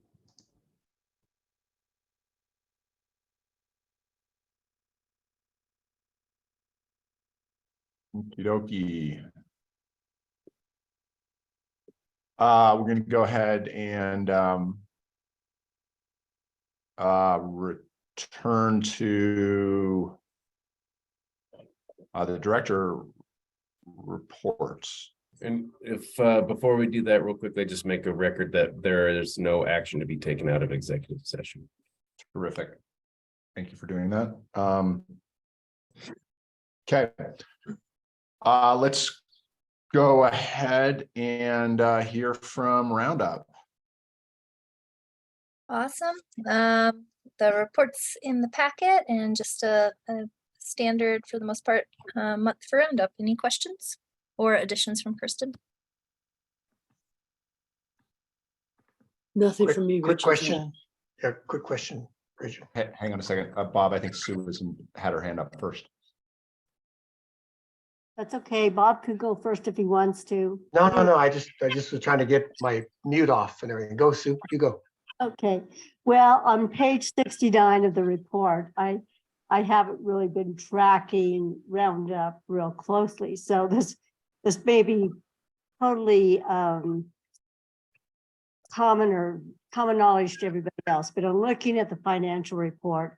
I noticed that it seems like the account amount is dwindling quite a bit over what it was earlier this year. And I know there was concern that we weren't getting enough applications in, but like in the education grants, you didn't have enough to cover the request. So are we now kind of seeing a flip on that, where there's more applications and less funding?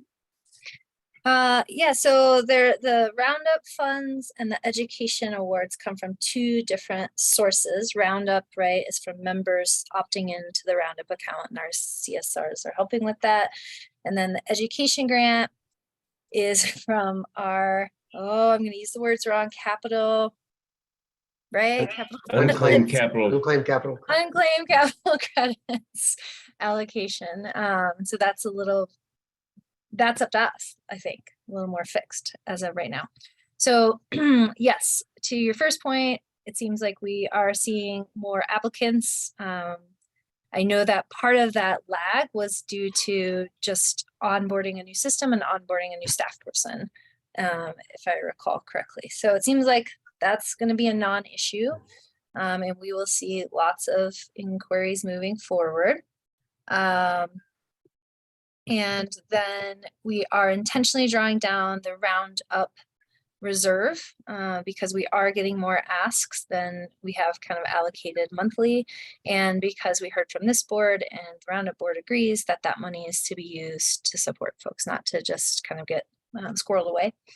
On the educational grants, yeah, we typically do get more asks than we have available. So perhaps something to think about as we look at unclaimed capital credits.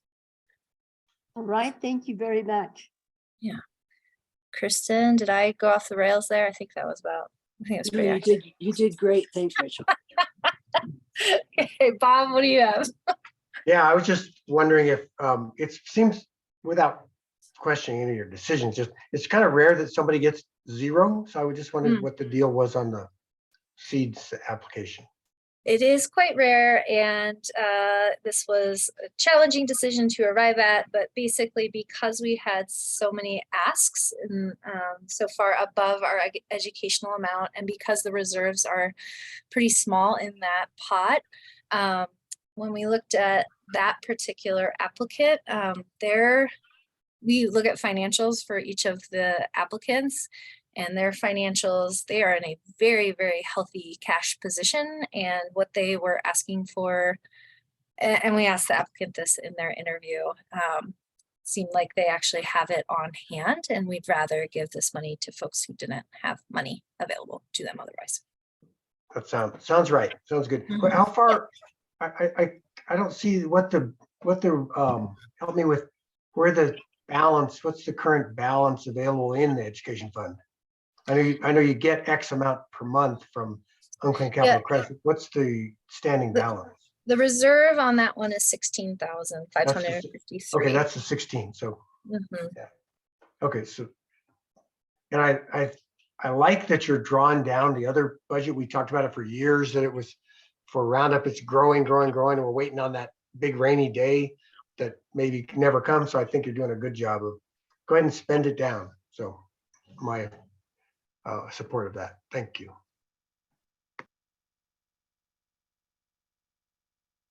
Okay. Awesome. Thank you. Thank you. If I could also inject a PSA, public service announcement. It's my understanding that we have a number of Roundup board members who are terming out in the next shortly. And so if you have possible candidates for Roundup board members, I think that team would love to hear from you. So definitely reach out to Rachel or anybody else on the Roundup. And if you're not sure who to talk to me and I'll get you routed. And John, can I read off where the vacancies are? Yeah, that's what I was going to ask. Yeah, thank you. Okay, so there's 1 in District 2, 2 in District 3, and 1 in District 4. And we're still waiting to hear if there's another one that's going to step down in District 1. So I would suggest that District 1 think about 1. Is that right, Hillary? Am I reading this correctly? Yeah, exactly. So District 1 may have 1, but she's going to let us know next week. But for sure, District 2, or for sure, sorry, we need 2 in District 3, and for sure we need 1 in District 4. So those districts can already start thinking about it. And 1 in District 2. And 1 in District 2, sorry, yes. Okay, and then, so I would suggest that you all have those names ready to go, because we have an early board meeting in December. So we're gonna need to put that in the packet. When is that, Hillary? What date? I think it's or Janelle would know. Janelle, when do you need that for the packet? Is that the 9th? 9th of December. Yeah, so you meet on the 14th, that'll mean 9th is the deadline. Okay. Sounds good. Sue, do you have a comment? I do. I know when we had to replace the last one in District 4, I had suggested to our district that perhaps we need to put this out to the community. To me, it's like a better way to start getting more people involved in our co-op besides what's in our little group and who we know. So I guess I would like to suggest that this goes out like in Hillary's newsletter, that we're looking for applications for this Roundup board and submit something to the co-op or to a director or something like that. I just think we limit ourselves in getting out to the community and getting their involvement. Yeah. agree. And I actually just want to flag, it's surprising because I thought the Roundup board, we passed a whole new process for how to recruit members that was, to Sue's point, far more inclusive, far more, it has a little bit more exposure. So I actually, as soon as you mentioned this, Jessica started queuing up an email to Caitlin because I'm kind of confused if we're following that or if it's going the old way, which is, so yeah, I'll dig into this a little bit more on my end too, just to understand where we're at. And yeah. Thank you. I'm sorry, and I didn't mean to open up Roundup business. The intention was simply as an awareness mechanism for this group, since that as a group, we're pretty well integrated with the community at large. I think Hillary, correct me if I'm wrong, but the newsletter, our current newsletter is already done and out the door. So we're a little late. We're too late for that one, but we maybe could do an email if that's what Roundup wants to do. We can do an e-blast. Okay. All right. So let's let Roundup sort of figure that out. But I don't think we need to dwell on this point anymore. Okay, onward. Tri-State, rock and roll. Kohler, what do you got for us? Thank you. There is a report in there, a couple of items I'd like to talk about that really aren't stressed too much in there. One of them was the discussion that Dwayne had as far as the supply chain. He has some pretty strong reservations on what the IRA is going to do to affect the supply chain. There's a lot of money coming in, and right now they're struggling to get materials, keeping prices low. And he thinks that and the IRA is again the Inflation Reduction Act. But he sees where that can actually be more damaging than good, because there's going to be a lot of demand put on materials. And there's also not just in the United States, but in Europe as well. So that's one of the concerns that Dwayne brought up. We had a discussion on. Another one, and this is why I asked earlier about the price of gas. And Tri-State feels pretty strong that the price of gas for this coming year is going to be pretty high. And one of the main reasons is that the Northeast states, the New England states, they don't really have a big, good storage for their natural gas. All their natural gas comes in from overseas. It doesn't come from the United States. There is a law, and I can't remember the name of it, but it doesn't allow ships to ship between ports in the United States. They're trying to get a variance on that so they can get some more natural gas. What that does is that increases the demand on there and increases the prices. So Tri-State is kind of bracing themselves for high gas prices next year, which again will put our financials about the same spot they are now, which is pretty ugly. And then the other discussion was on Basin Electric. Basin Electric had their annual meeting this month, and one of the things that they were trying to do is push their deferred income from, I think it was on $220 million up to $500 million. Right now, they're in a very healthy financial spot. Their Dakota Gas is doing very well. They want to build that up, and they want to put a end date on that, and I think that's the end of 2024 or 2025. That did pass. I did get a note yesterday from our director on that board, Leo. He said that they won't try to do it all in 1 year, which is surprising. They're doing it in 1 year. And what that does is a lot of people on the Tri-State board were somewhat against that, because that's money that comes back to Tri-State and helps Tri-State out in the position they're in. But it doesn't look like that's the way it's going to happen. So with that, that's the discussions I had that were not in the report, and I'll take any questions you might have. Oh, I'm going to get off easy, it looks like. So Okay. I'll throw you a quick one, Oh. Kohler. So Dakota, yeah, can I ask one question, Kohler? Sure. Yeah, so you referenced Dakota gasification, that's Dakota degasification or whatever it is exactly. That's decommissioning that effort they were into for years, or is that something different? No, they for a long time that was really running in the negative numbers in a big way. And what's happened is it's turned around now. It's very, very profitable now. So as of maybe even last year, might have been 2 years ago, they were looking to try to sell that. Now they're still kind of looking at that, but not as much, because now it's turned around and it's putting a lot of money into it. And so now they aren't trying to decommission it. They're looking at it and trying to decide what they want to do with it, as far as either keep it or sell it. And that's about all I know. I have not attended any of those meetings. So there's been a big, Hopefully that answered. well, I remember the history of it being, it was in the red for a long time. So what's the cause of the turnaround? Price of gas, one of the big ones. Gas going up. Also the price of fertilizers and some of the byproducts that they have, that's really feeding into they make urea and a few other things. And right now that's a good price for them. Okay. Thank you for the that. farmers and ranchers, but it is for them. Yeah, thank you. Rachel? Yeah, I saw you all got the kind of 2023 budget updates and things.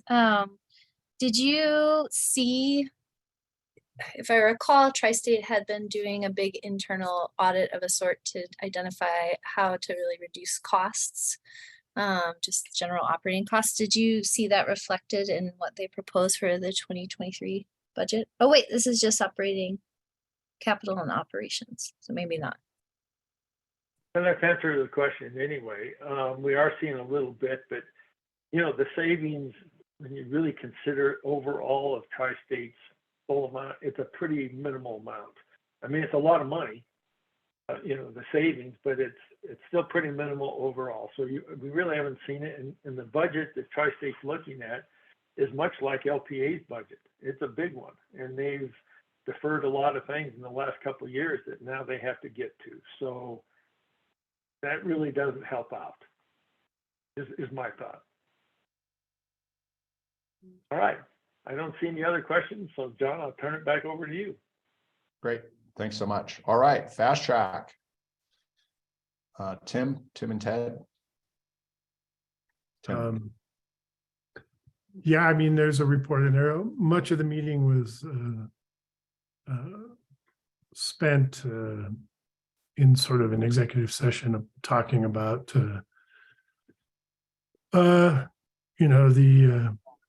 some various things in the marketplace. And yeah, I got it. Thank you for the reminder though. And then I had to leave at noon for another meeting. So I did not stay through the end of the meeting. So if Ted wants to add anything to that, because you were there, feel free. Otherwise, the report stands as presented.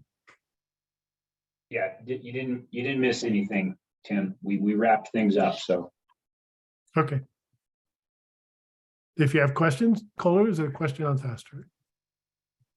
Yeah, I just was wondering, I know you haven't had much time at it, but with the 3-member board, is that giving you the flexibility and the movement that you were hoping for? Or is it too early to tell? Yeah, I think well, I mean, it is too early to tell of a result, I think, too much. 2 meetings, but progress seems to be good. So, it allows for faster decision-making and more strategic dialogue with Kelly as the operations or the general manager. So I think the intent is being carried out, but will there be some significant outcome as a result of that soon? I'd say stay tuned. I'm not sure. So I don't know if that was very helpful. It was kind of vague. So I apologize. Well, I kind of expected that because I knew it was early, but I just want to see if you had any opinion on it. So thank you. So far, no one's reaching across the table and grabbing anybody else or anything like that. So Rachel?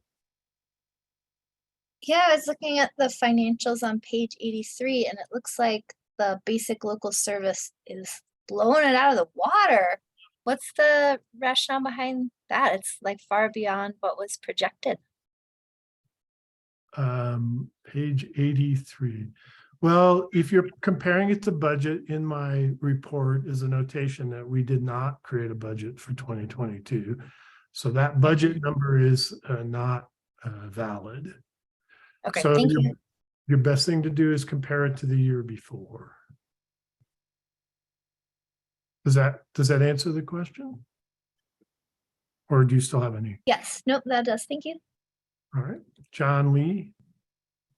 On page 80, you referenced hiring some new engineering positions. Those were successful for your staffing? Well, I didn't hire them, but Kelly did. And Kelly, those were two positions, key positions, one which had been open for a little while and another due to a recent sort of resignation. And so she indicated that she had put out offer letters which were accepted.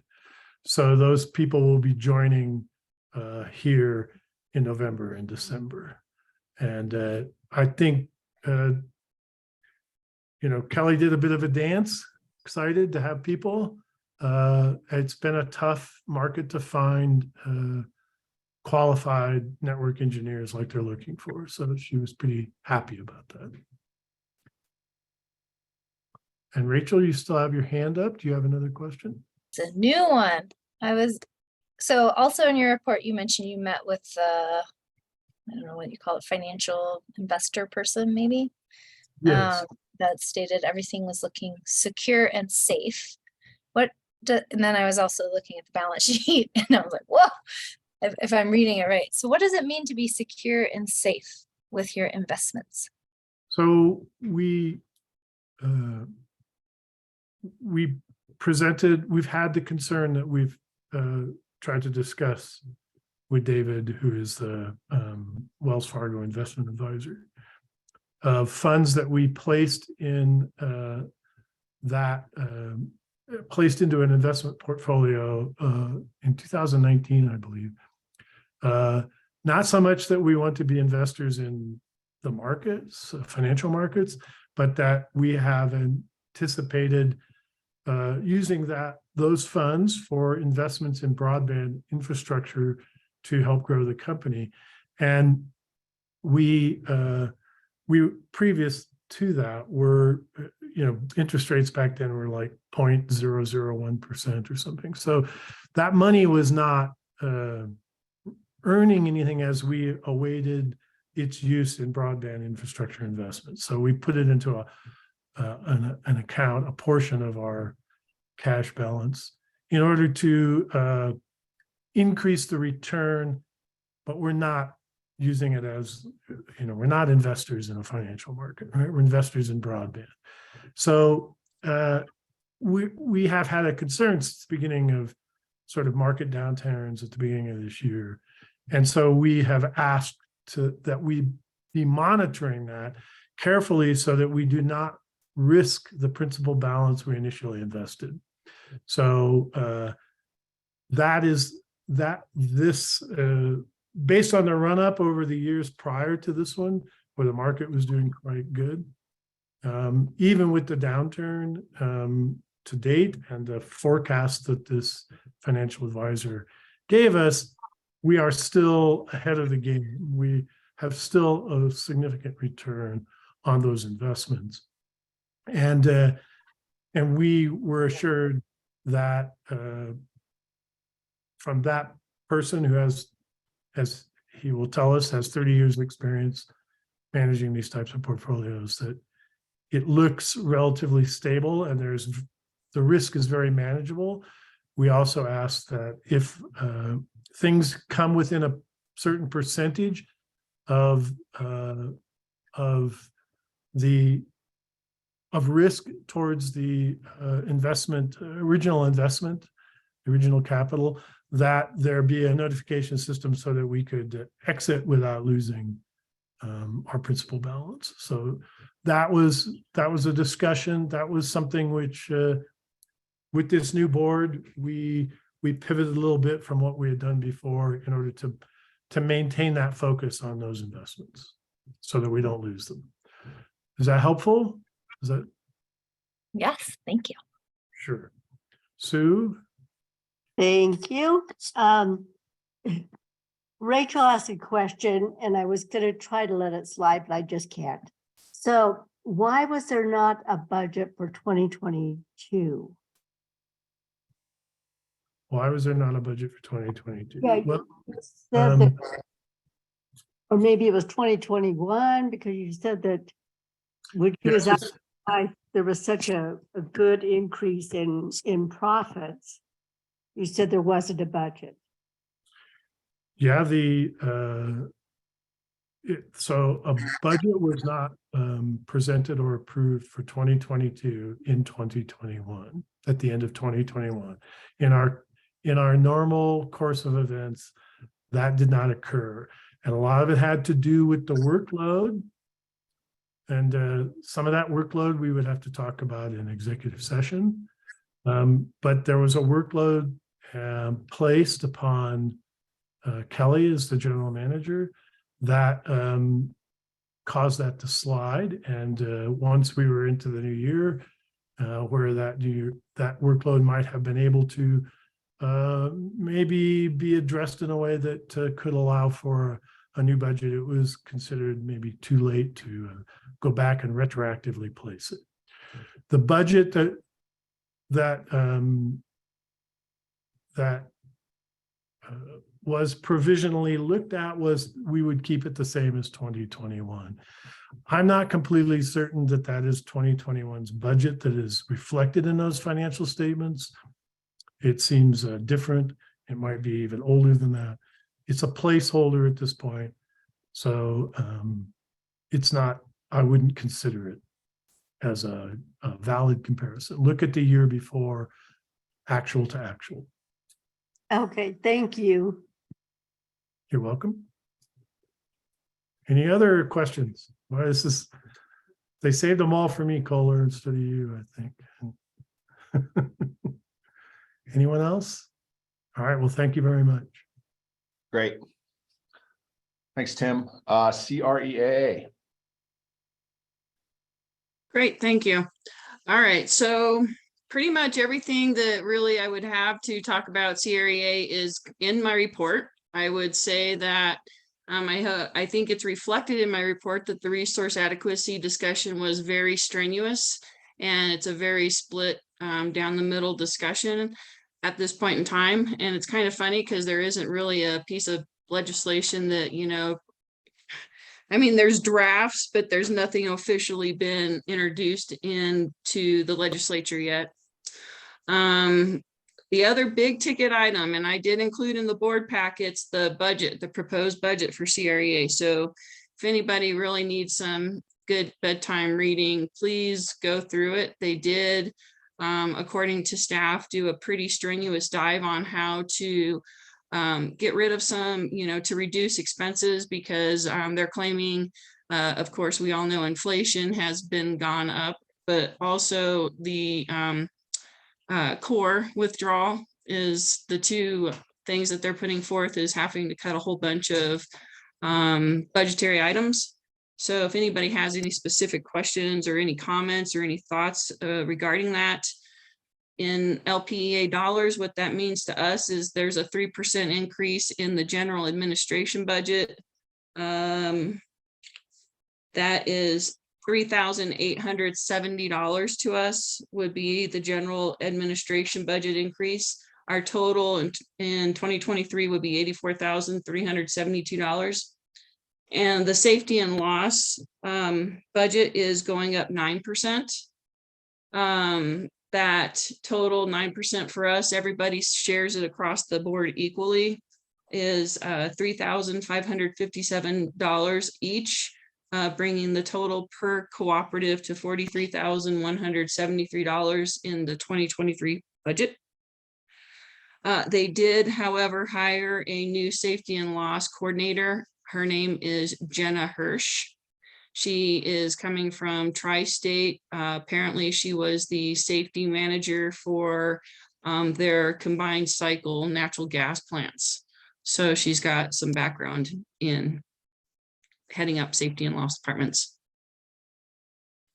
That, I think, is my immediate report. Rachel, what can I answer you?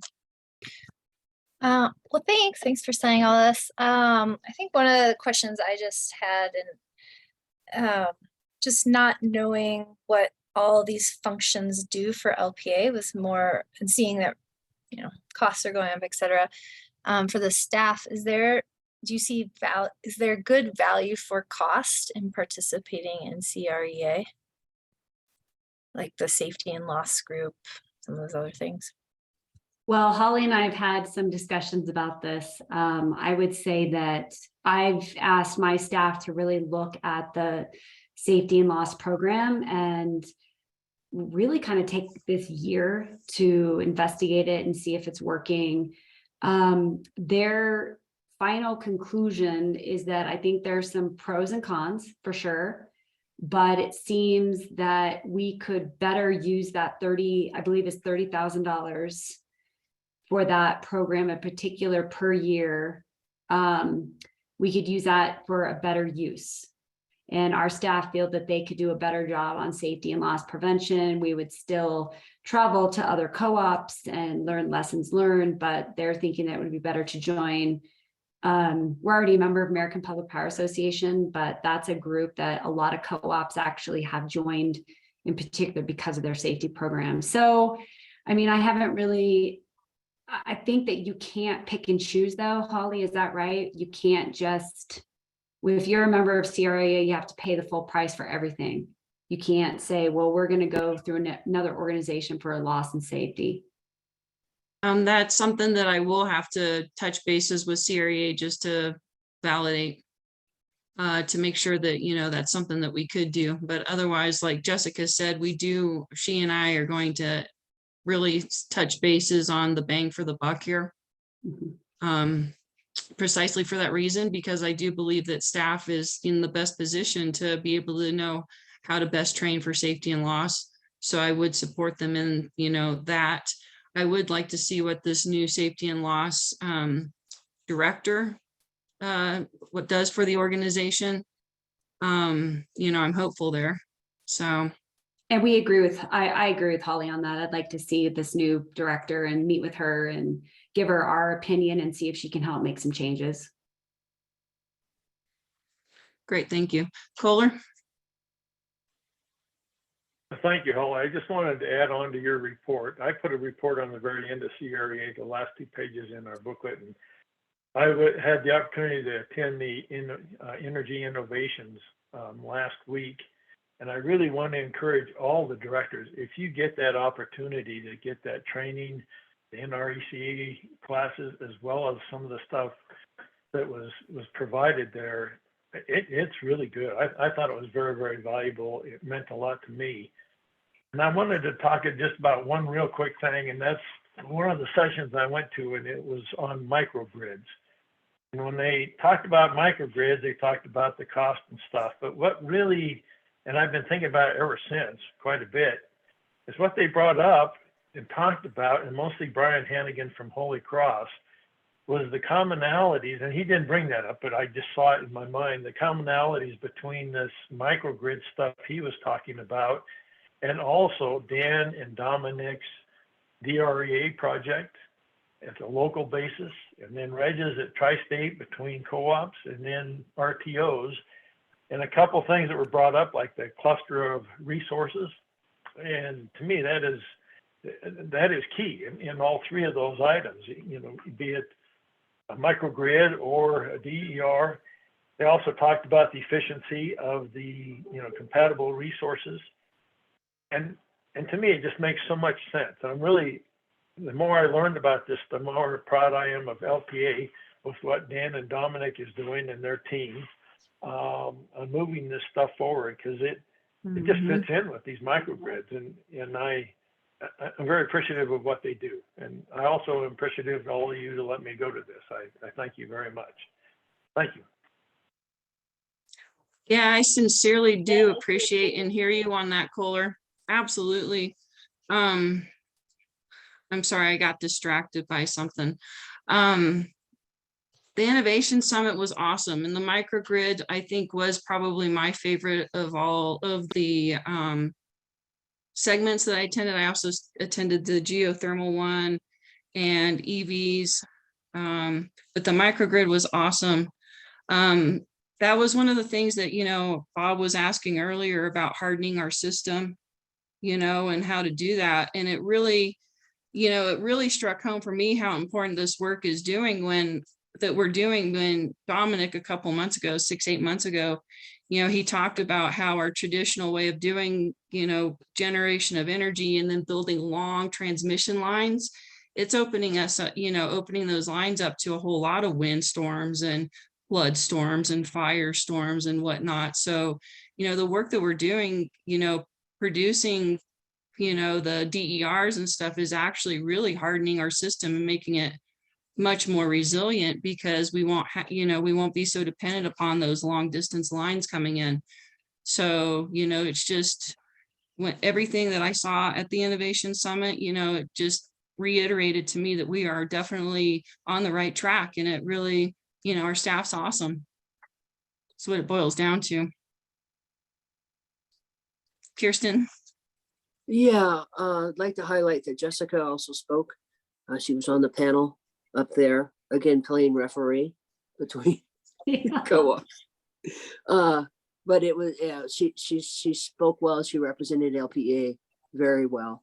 The other thing, at this conference, I spent lunchtime with the staff from Mountain View, and they've gone with Connexon for their building their broadband. And it's just always fascinating to learn, you know, how people are dealing with stuff and how decisions get made in other co-ops. So for those of you who weren't able to make this, I certainly encourage you to make either other innovation ones, or go to the annual meeting, or the CFC meetings are really great. They're, you know, they're very important.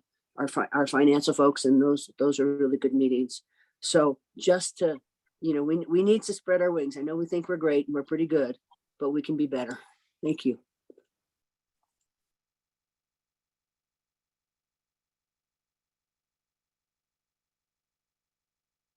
Looks like Holly froze. Oh, are you back? Are you there?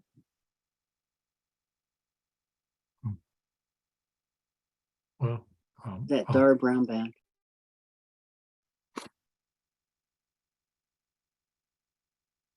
I'll ask later sometime. No problem. Back? Okay. Holly, can you hear us? Yes, sir. I just Okay, got back. Tim had his hand up. Tim, why don't you go ahead and get your comment or question handled? Great, thank you. So I noticed that Mona Neely's retiring in March of next year, you know, so just any insight as to what kind of changes, or there's an echo on mine here, or the direction in terms of that department at all with her. She's been there a long time, so is that an opportunity, or is it going to be business as usual? What do you think? Well, you know, you're right. And I really do appreciate that question, Tim, because Mona Neely does care passionately about her publication and her department. And I do appreciate that. They are steadfast in their decision to continue providing the Colorado Country Life, you know, because there's definitely an audience for it. They have a succession plan. They have a young lady that is working in the department that is looking at, you know, moving into Miss Neely's position. So there is a succession plan in place. You know, they're also looking at a whole lot of cost pressures, because paper went up 3 times. They're looking to go up again really soon. Postage went up several times. So the rate for the magazine is going up. So I don't know if that really answers your question. I think so. I mean, I was just seeking insight on something that hasn't happened, but what they're preparing to do, and I think you answered that. So yeah, she wants to leave while it's at the top of the game, is what she basically said. So yeah. All right, thank you. Great. Great, Last thank you, call. everybody. All right, thanks, Holly. Awesome. Western United. Western United did not have a meeting. Our next one is scheduled for January 2022. Okay, 2023, right? 2023. Yes, that'll make it possible for me to show up.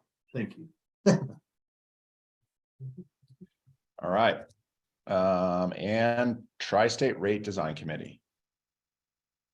I do have my hand up for Oh, a I'm question for sorry. John, if I may. Thank you. I'm sorry, But go since ahead. I've got the floor, no problem. So John, I know you don't have a meeting to report on.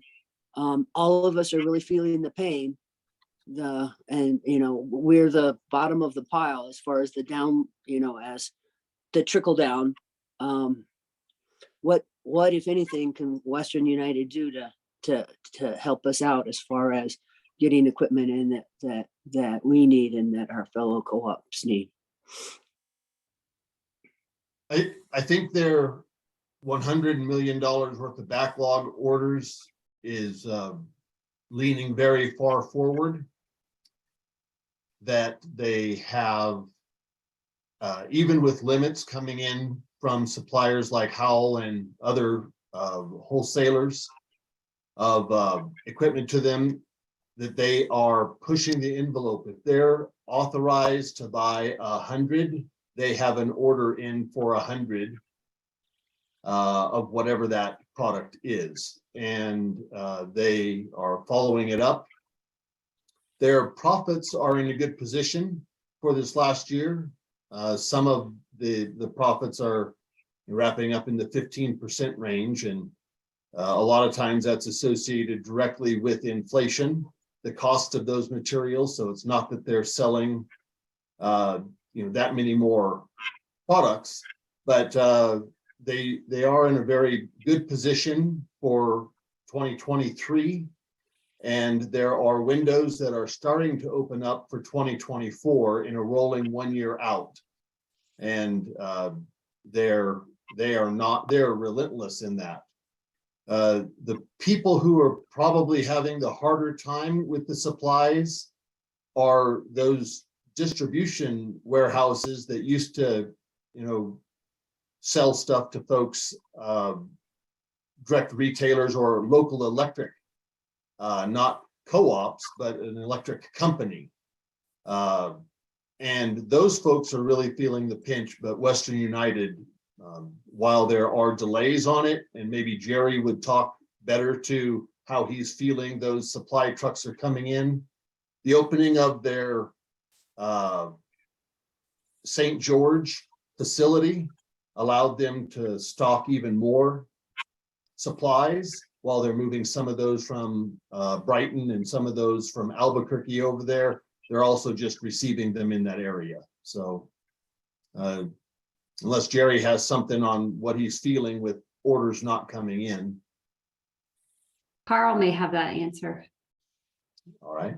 Yeah, Jerry, correct me if you're seeing this differently, but we had a really good meeting with Western United last month. They took on board our issues. Frankly, there are some of them there's not really a lot they can do about. It's a global issue. But we, on our end, at the finance end of booking and receiving material, we have seen their actions have a positive impact since we met with them. Jerry, would you agree with that? Absolutely. And I think just having more face-to-face interactions are going to help too. I'm actually going to head up to Brighton tomorrow for a visit. And on our end, operations end, finance end, all the groups collaborating, working with Pagosa a lot closer, we have been able to keep filling jobs, and we are feeling the pinch big time. But our employees are doing a phenomenal job of thinking outside the box and doing some workarounds, re-engineering some jobs that we originally had to make it work. And so they're doing a great job, but we are definitely feeling the pinch.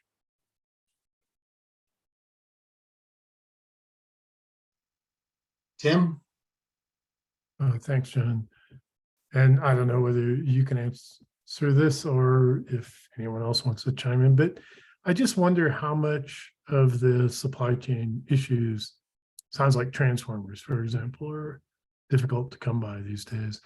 Is that, there's been these various sort of hurricane and disasters and things like that. And is that a big contributor, or is it sort of just a hangover from the pandemic in terms of manufacturing slowdown, especially in China with their zero COVID policy? Do you have a feel for either? What are the underlying causes? Jerry, do you have anything on the supply receipt end of that? I only have one comment. It is a combination of everything. It is the material used to make the cores of the transformers is one of the main metals, is also used for electric vehicles. And so there's huge competition for that metal. And right now it's going to the highest bidder, which I have been told is Tesla. It is also a labor shortage. Many of these factories are located in extremely rural areas, and they just cannot find the help to keep people working, making these. It is also shipping, and we're running into big concerns and delays with shipping issues coming from any parts that come from overseas. So it's a combination of all those things. All right, thank you, Jerry. Yep. Sue? Thanks. This is probably a Jerry question, and I asked it a few months back, but I know for the last several years, LPEA was a Western United supplier only. Are we continuing to look like at other providers for our needs and transformers and those other items that we need to get in? We actually have been, and I'll tell you, Western United has been fantastic because they have been doing a lot of the groundwork for us. They're reaching out to other companies as well. It is really is a global effort among everybody working together to try to keep the lights on. That's excellent to hear. Thank you. Mm-hmm. Christine, did we address your question? Yeah. All right. Thank you, John. That's a lot of questions for a guy who didn't have a report. All right, last one. Tri-State Rate Design Committee. Yeah, thank you, John. The meeting was on Monday, which was of course 2 days ago. So no written report in this package. It'll be in this package. I did get the documents. I'll upload it to Google Drive. The gist of this last meeting, a lot of discussion about seasonal rates. The Rate Design Committee has the majority, and I think it's getting to be a bigger majority, does not want to see seasonal rates. They're afraid of double whammying because by lessening the tilt, which we're also trying to do, mostly that affects the folks who are the summer season folks, peak folks. So that didn't catch any traction, although certainly Tri-State staff is pretty keen on it. So I think it will probably get revisited as rates get revisited. And I think it's important to, again, for cost equity and for placing cost where it is, and for giving motivation through price signals to where it matters most. And since our top 10% of our most expensive electricity is in the summertime, that's where we need to make the pain be. So kind of lost that battle, but I think the war continues. And then formula rates got a big push this time. It was looking kind of dicey, but I think even if the rate design committee didn't say we wanted a formula rate, I think the tri-state board would. And since it's the same rate coming out of the door and it's just a matter of how it gets changed in the future, it's the board has I think properly has the right say in it, that they should be the ones who say, okay, you guys design the rate, thank you very much, and we think we should use this rate for a while. So I think we're going to see probably a formula rate now coming out of committee too. So that'll be good, so that the tri-state board doesn't have to say, oh, and we want to make this a formula rate. So what are your questions? Anything? All right, appreciate you. Oh, Sue, maybe? There you go. Okay. I do have one quick one because Jessica had mentioned going out to Oregon for a meeting out there and she was out there for the regional meeting, but she met with some other folks about assigning transmission costs for their rates. Is that something that our rate committee is looking at as well? Actually, FERC is requiring at the moment direct assignment of transmission of transmission that is only for you. Right now they're saying that by January, the end of January, they will have spoken to each co-op that has their transmission that only affects them, and they're going through these principles, which I'm not remembering the name, that FERC has to determine, okay, does this have to be direct assigned? So that is an ongoing process. At the same time, I think that some people are hoping that we're not going to really have to do it, but all signals are that, certainly from FERC, that we're going to have to do it. And that direct assignment really would be above, kind of almost tacked on to the rate design. So there's the rate design and then there's also, and this is the cost of your transmission. And of course that gets cut out of everybody else's. Jessica, am I right on that? Yeah, and this was what we mentioned to the board a while ago, where Dan, you're gonna have to help me on the number, but it was about 1.3 or $5 million where we're overpaying because of how they currently spread the cost of transmission. So that's why we like the direct assignment, if in fact it does accurately assign the facilities to the right co-ops, but it does create this increased rates potentially for small co-ops. So what I was mentioning to Sue is that I was out for the NREC meeting, met with my friends at Bonneville Power that I used to work with to ask them more about that document that I sent you that's very long in regards to direct assignment, but also formulaic rates, because they have formulaic rates. So how it works and how they true up costs per year. So I was curious if they'd make any determination in regards to the rate committee on if they're going to include that direct assignment into some of these rates, but it sounds like they're going to layer it on top from what you just said. Yes, that is my understanding. It will be layered on top. So definitely going through the exercise, and some of this is timing. It may be that FERC comes back because this is a contested point right now. I'm sure there's some legal term for that, but the direct assignment that we have been instructed to do is a contested point. So we want to be ready so that if it does come back and say, yeah, you got to do that, we have that. And a lot of us are also pushing for, well, whether or not FERC comes back with it says we have to do it, it's still the right thing to do. And then we need to figure out, I think we have to figure out some mitigation for the most harm somehow, doing it over time or something, because I can think of this one line that goes up into the middle of Wyoming, and they're the only co-op on it, and their cost will be doubled if that gets totally direct assigned at first. And doubling might be the wrong number. I don't have it in front of me, but it's significant. All right, thank you, please. Yes, thank you for the question, Sue. Rachel?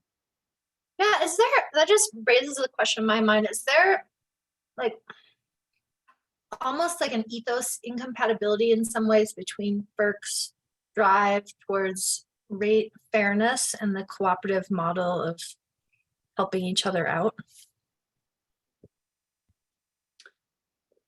Certainly, we talk about that FERC doesn't understand co-ops, that FERC doesn't understand that unlike investment-owned utilities, we can't just go and say, hey, we have this cost because we had to build this thing and we're going to get it out of ratepayers. So it's, and we're going to make money on both ends of that. And they don't necessarily understand the co-op model and how that works. Certainly from a yeah, they don't have the co-op principles as part of it. And in some ways, Rachel, that may be kind of good because sometimes we use the co-op principles to say, oh, everything has to be equal. And it's not really that everything has to be equal, it's everything has to be just and justified. And so by saying, well, we don't want to do, so for instance, with the seasonal rate thing, people are saying, well, it'll hurt the seasonal people too much. Well, but that's where the cost is. We're not asking them to pay more than their share. We're asking them to pay their share. And that makes it just in my mind. So we end up with this, calling it cooperative, and it's not really a cooperative thing. And I'm sorry, I just went off on a tangent because I really appreciate that question, but it's not that was a bit of a tangent on that answer. There are some things that are different and that we should be looked at differently. And they talk about that. And I don't really remember right off my hand what they are, where it really matters at FERC. Do you, Jessica, or do you, Dan, know when they're trying to teach FERC that we're different? Hey, we're different. I know that it's being Poudre Valley's using that argument right now at FERC, and it's around. I'm blanking. But they're saying, hey, no, we're different because we're a co-op. And they're using that argument right now, and they may or may not get any traction with that. Well, thanks for coloring that in a little bit. It's an interesting one to mull over. Yeah. Tim? Yeah, this question might be more directed to Dan and Jessica, I'm not sure, but so there was a $1.2 million number that was just quoted a few minutes ago about how direct assignment might lower the cost to LPEA. And so, and then you mentioned a line up into Wyoming, for example, that they're not paying the full cost of. So it sounds to me like, and this is sort of a question, that we, our members, have been paying more on transmission costs to Tri-State that a different state and co-op, for example, had some benefit out of, right? Some, I mean, 1.2 million a year of our rate payers, is it a year, I think, goes to subsidize the co-ops that don't want to pay the higher rate for their cost. And am I accurate in that assessment? Yeah, let me put a little bit of context in that, is that La Plata Electric is very different from most co-ops in that we own a good portion of our transmission. And so if you envision the transmission lines that we own, that means Tri-State doesn't have to own it. Whereas other co-ops, Tri-State owns it, and we are all helping pay for it. So if you got a different co-op, like let's say La Plata Electric, we have 50 miles of transmission line, 40 miles that we own and 10 miles that Tri-State owns. Whereas another co-op might have 50 miles of transmission, but Tri-State owns all 50 miles of it. And so we're all paying the same rate, but we're paying that rate for really 10 miles of line and they have 50 miles of line. So we're helping them pay for the line that only serves, and we're just talking radial lines, not the bulk electric system, but just the taps that go off into the co-ops, like where we have going to Pagosa or Bayfield or Vallecito Lake. Those areas there, we'll own that transmission for the most part, with a little bit of Tri-States mixed in with it. And So, go on, sorry. I thought you were. well, and I'd also like to add to it, it's, you know, and then that's just how it was built out in a decision we made, and the decisions those other co-ops made when they first put the lines in. So it's not an equivalent of our looking at how we're going to change our line extension policy or something, you know. I mean, there's a parallel there a little bit. It seems like things evolve. Maybe in the beginning, I don't know. I mean, you know, we as a co-op had to go out and raise capital, borrow money to build the initial infrastructure, and yeah, upon joining Tri-State or other G&Ts, you know, it seems like for years we then have been paying in to help other co-ops build, where, you know, they could have done the same thing that we did, which is go borrow money and build that. I mean, that's a hard thing to tell members. Yeah. And, you know, speaking of the line extension policy, Tri-State does have an equivalent, and they tried to put all the co-ops on even ground by offering to buy the transmission facilities. And so there was a period of time, even today, at which they would say, oh, if you want to sell your facilities to us, we will pay you money for that, and you know, put it in the rate base. And so then all the other co-ops would help pay for our facilities if we did that. But the catch is we couldn't do that, because then Tri-State added the caveat that they wouldn't buy lines across tribal lands. So we were sort of stuck holding our transmission line, which is why we've really sort of raised our hands and caused a fuss about this. Is it, you know, we don't even have the option to be put on even ground. Well, I think there's a case to be made that we, you know, I mean, $1.2 million a year is a lot, you know, for our members to be paying for others. So I hope that goes well. Thanks for the explanation. That was helpful for me. Okay. Yeah, thanks, Dan. Anything else, guys? All right, John, back to you. Excellent. All right. Look at that. 12:35. That's how to run a meeting. Any last calls or comments here? Do we cover everything? Tim, closing thoughts?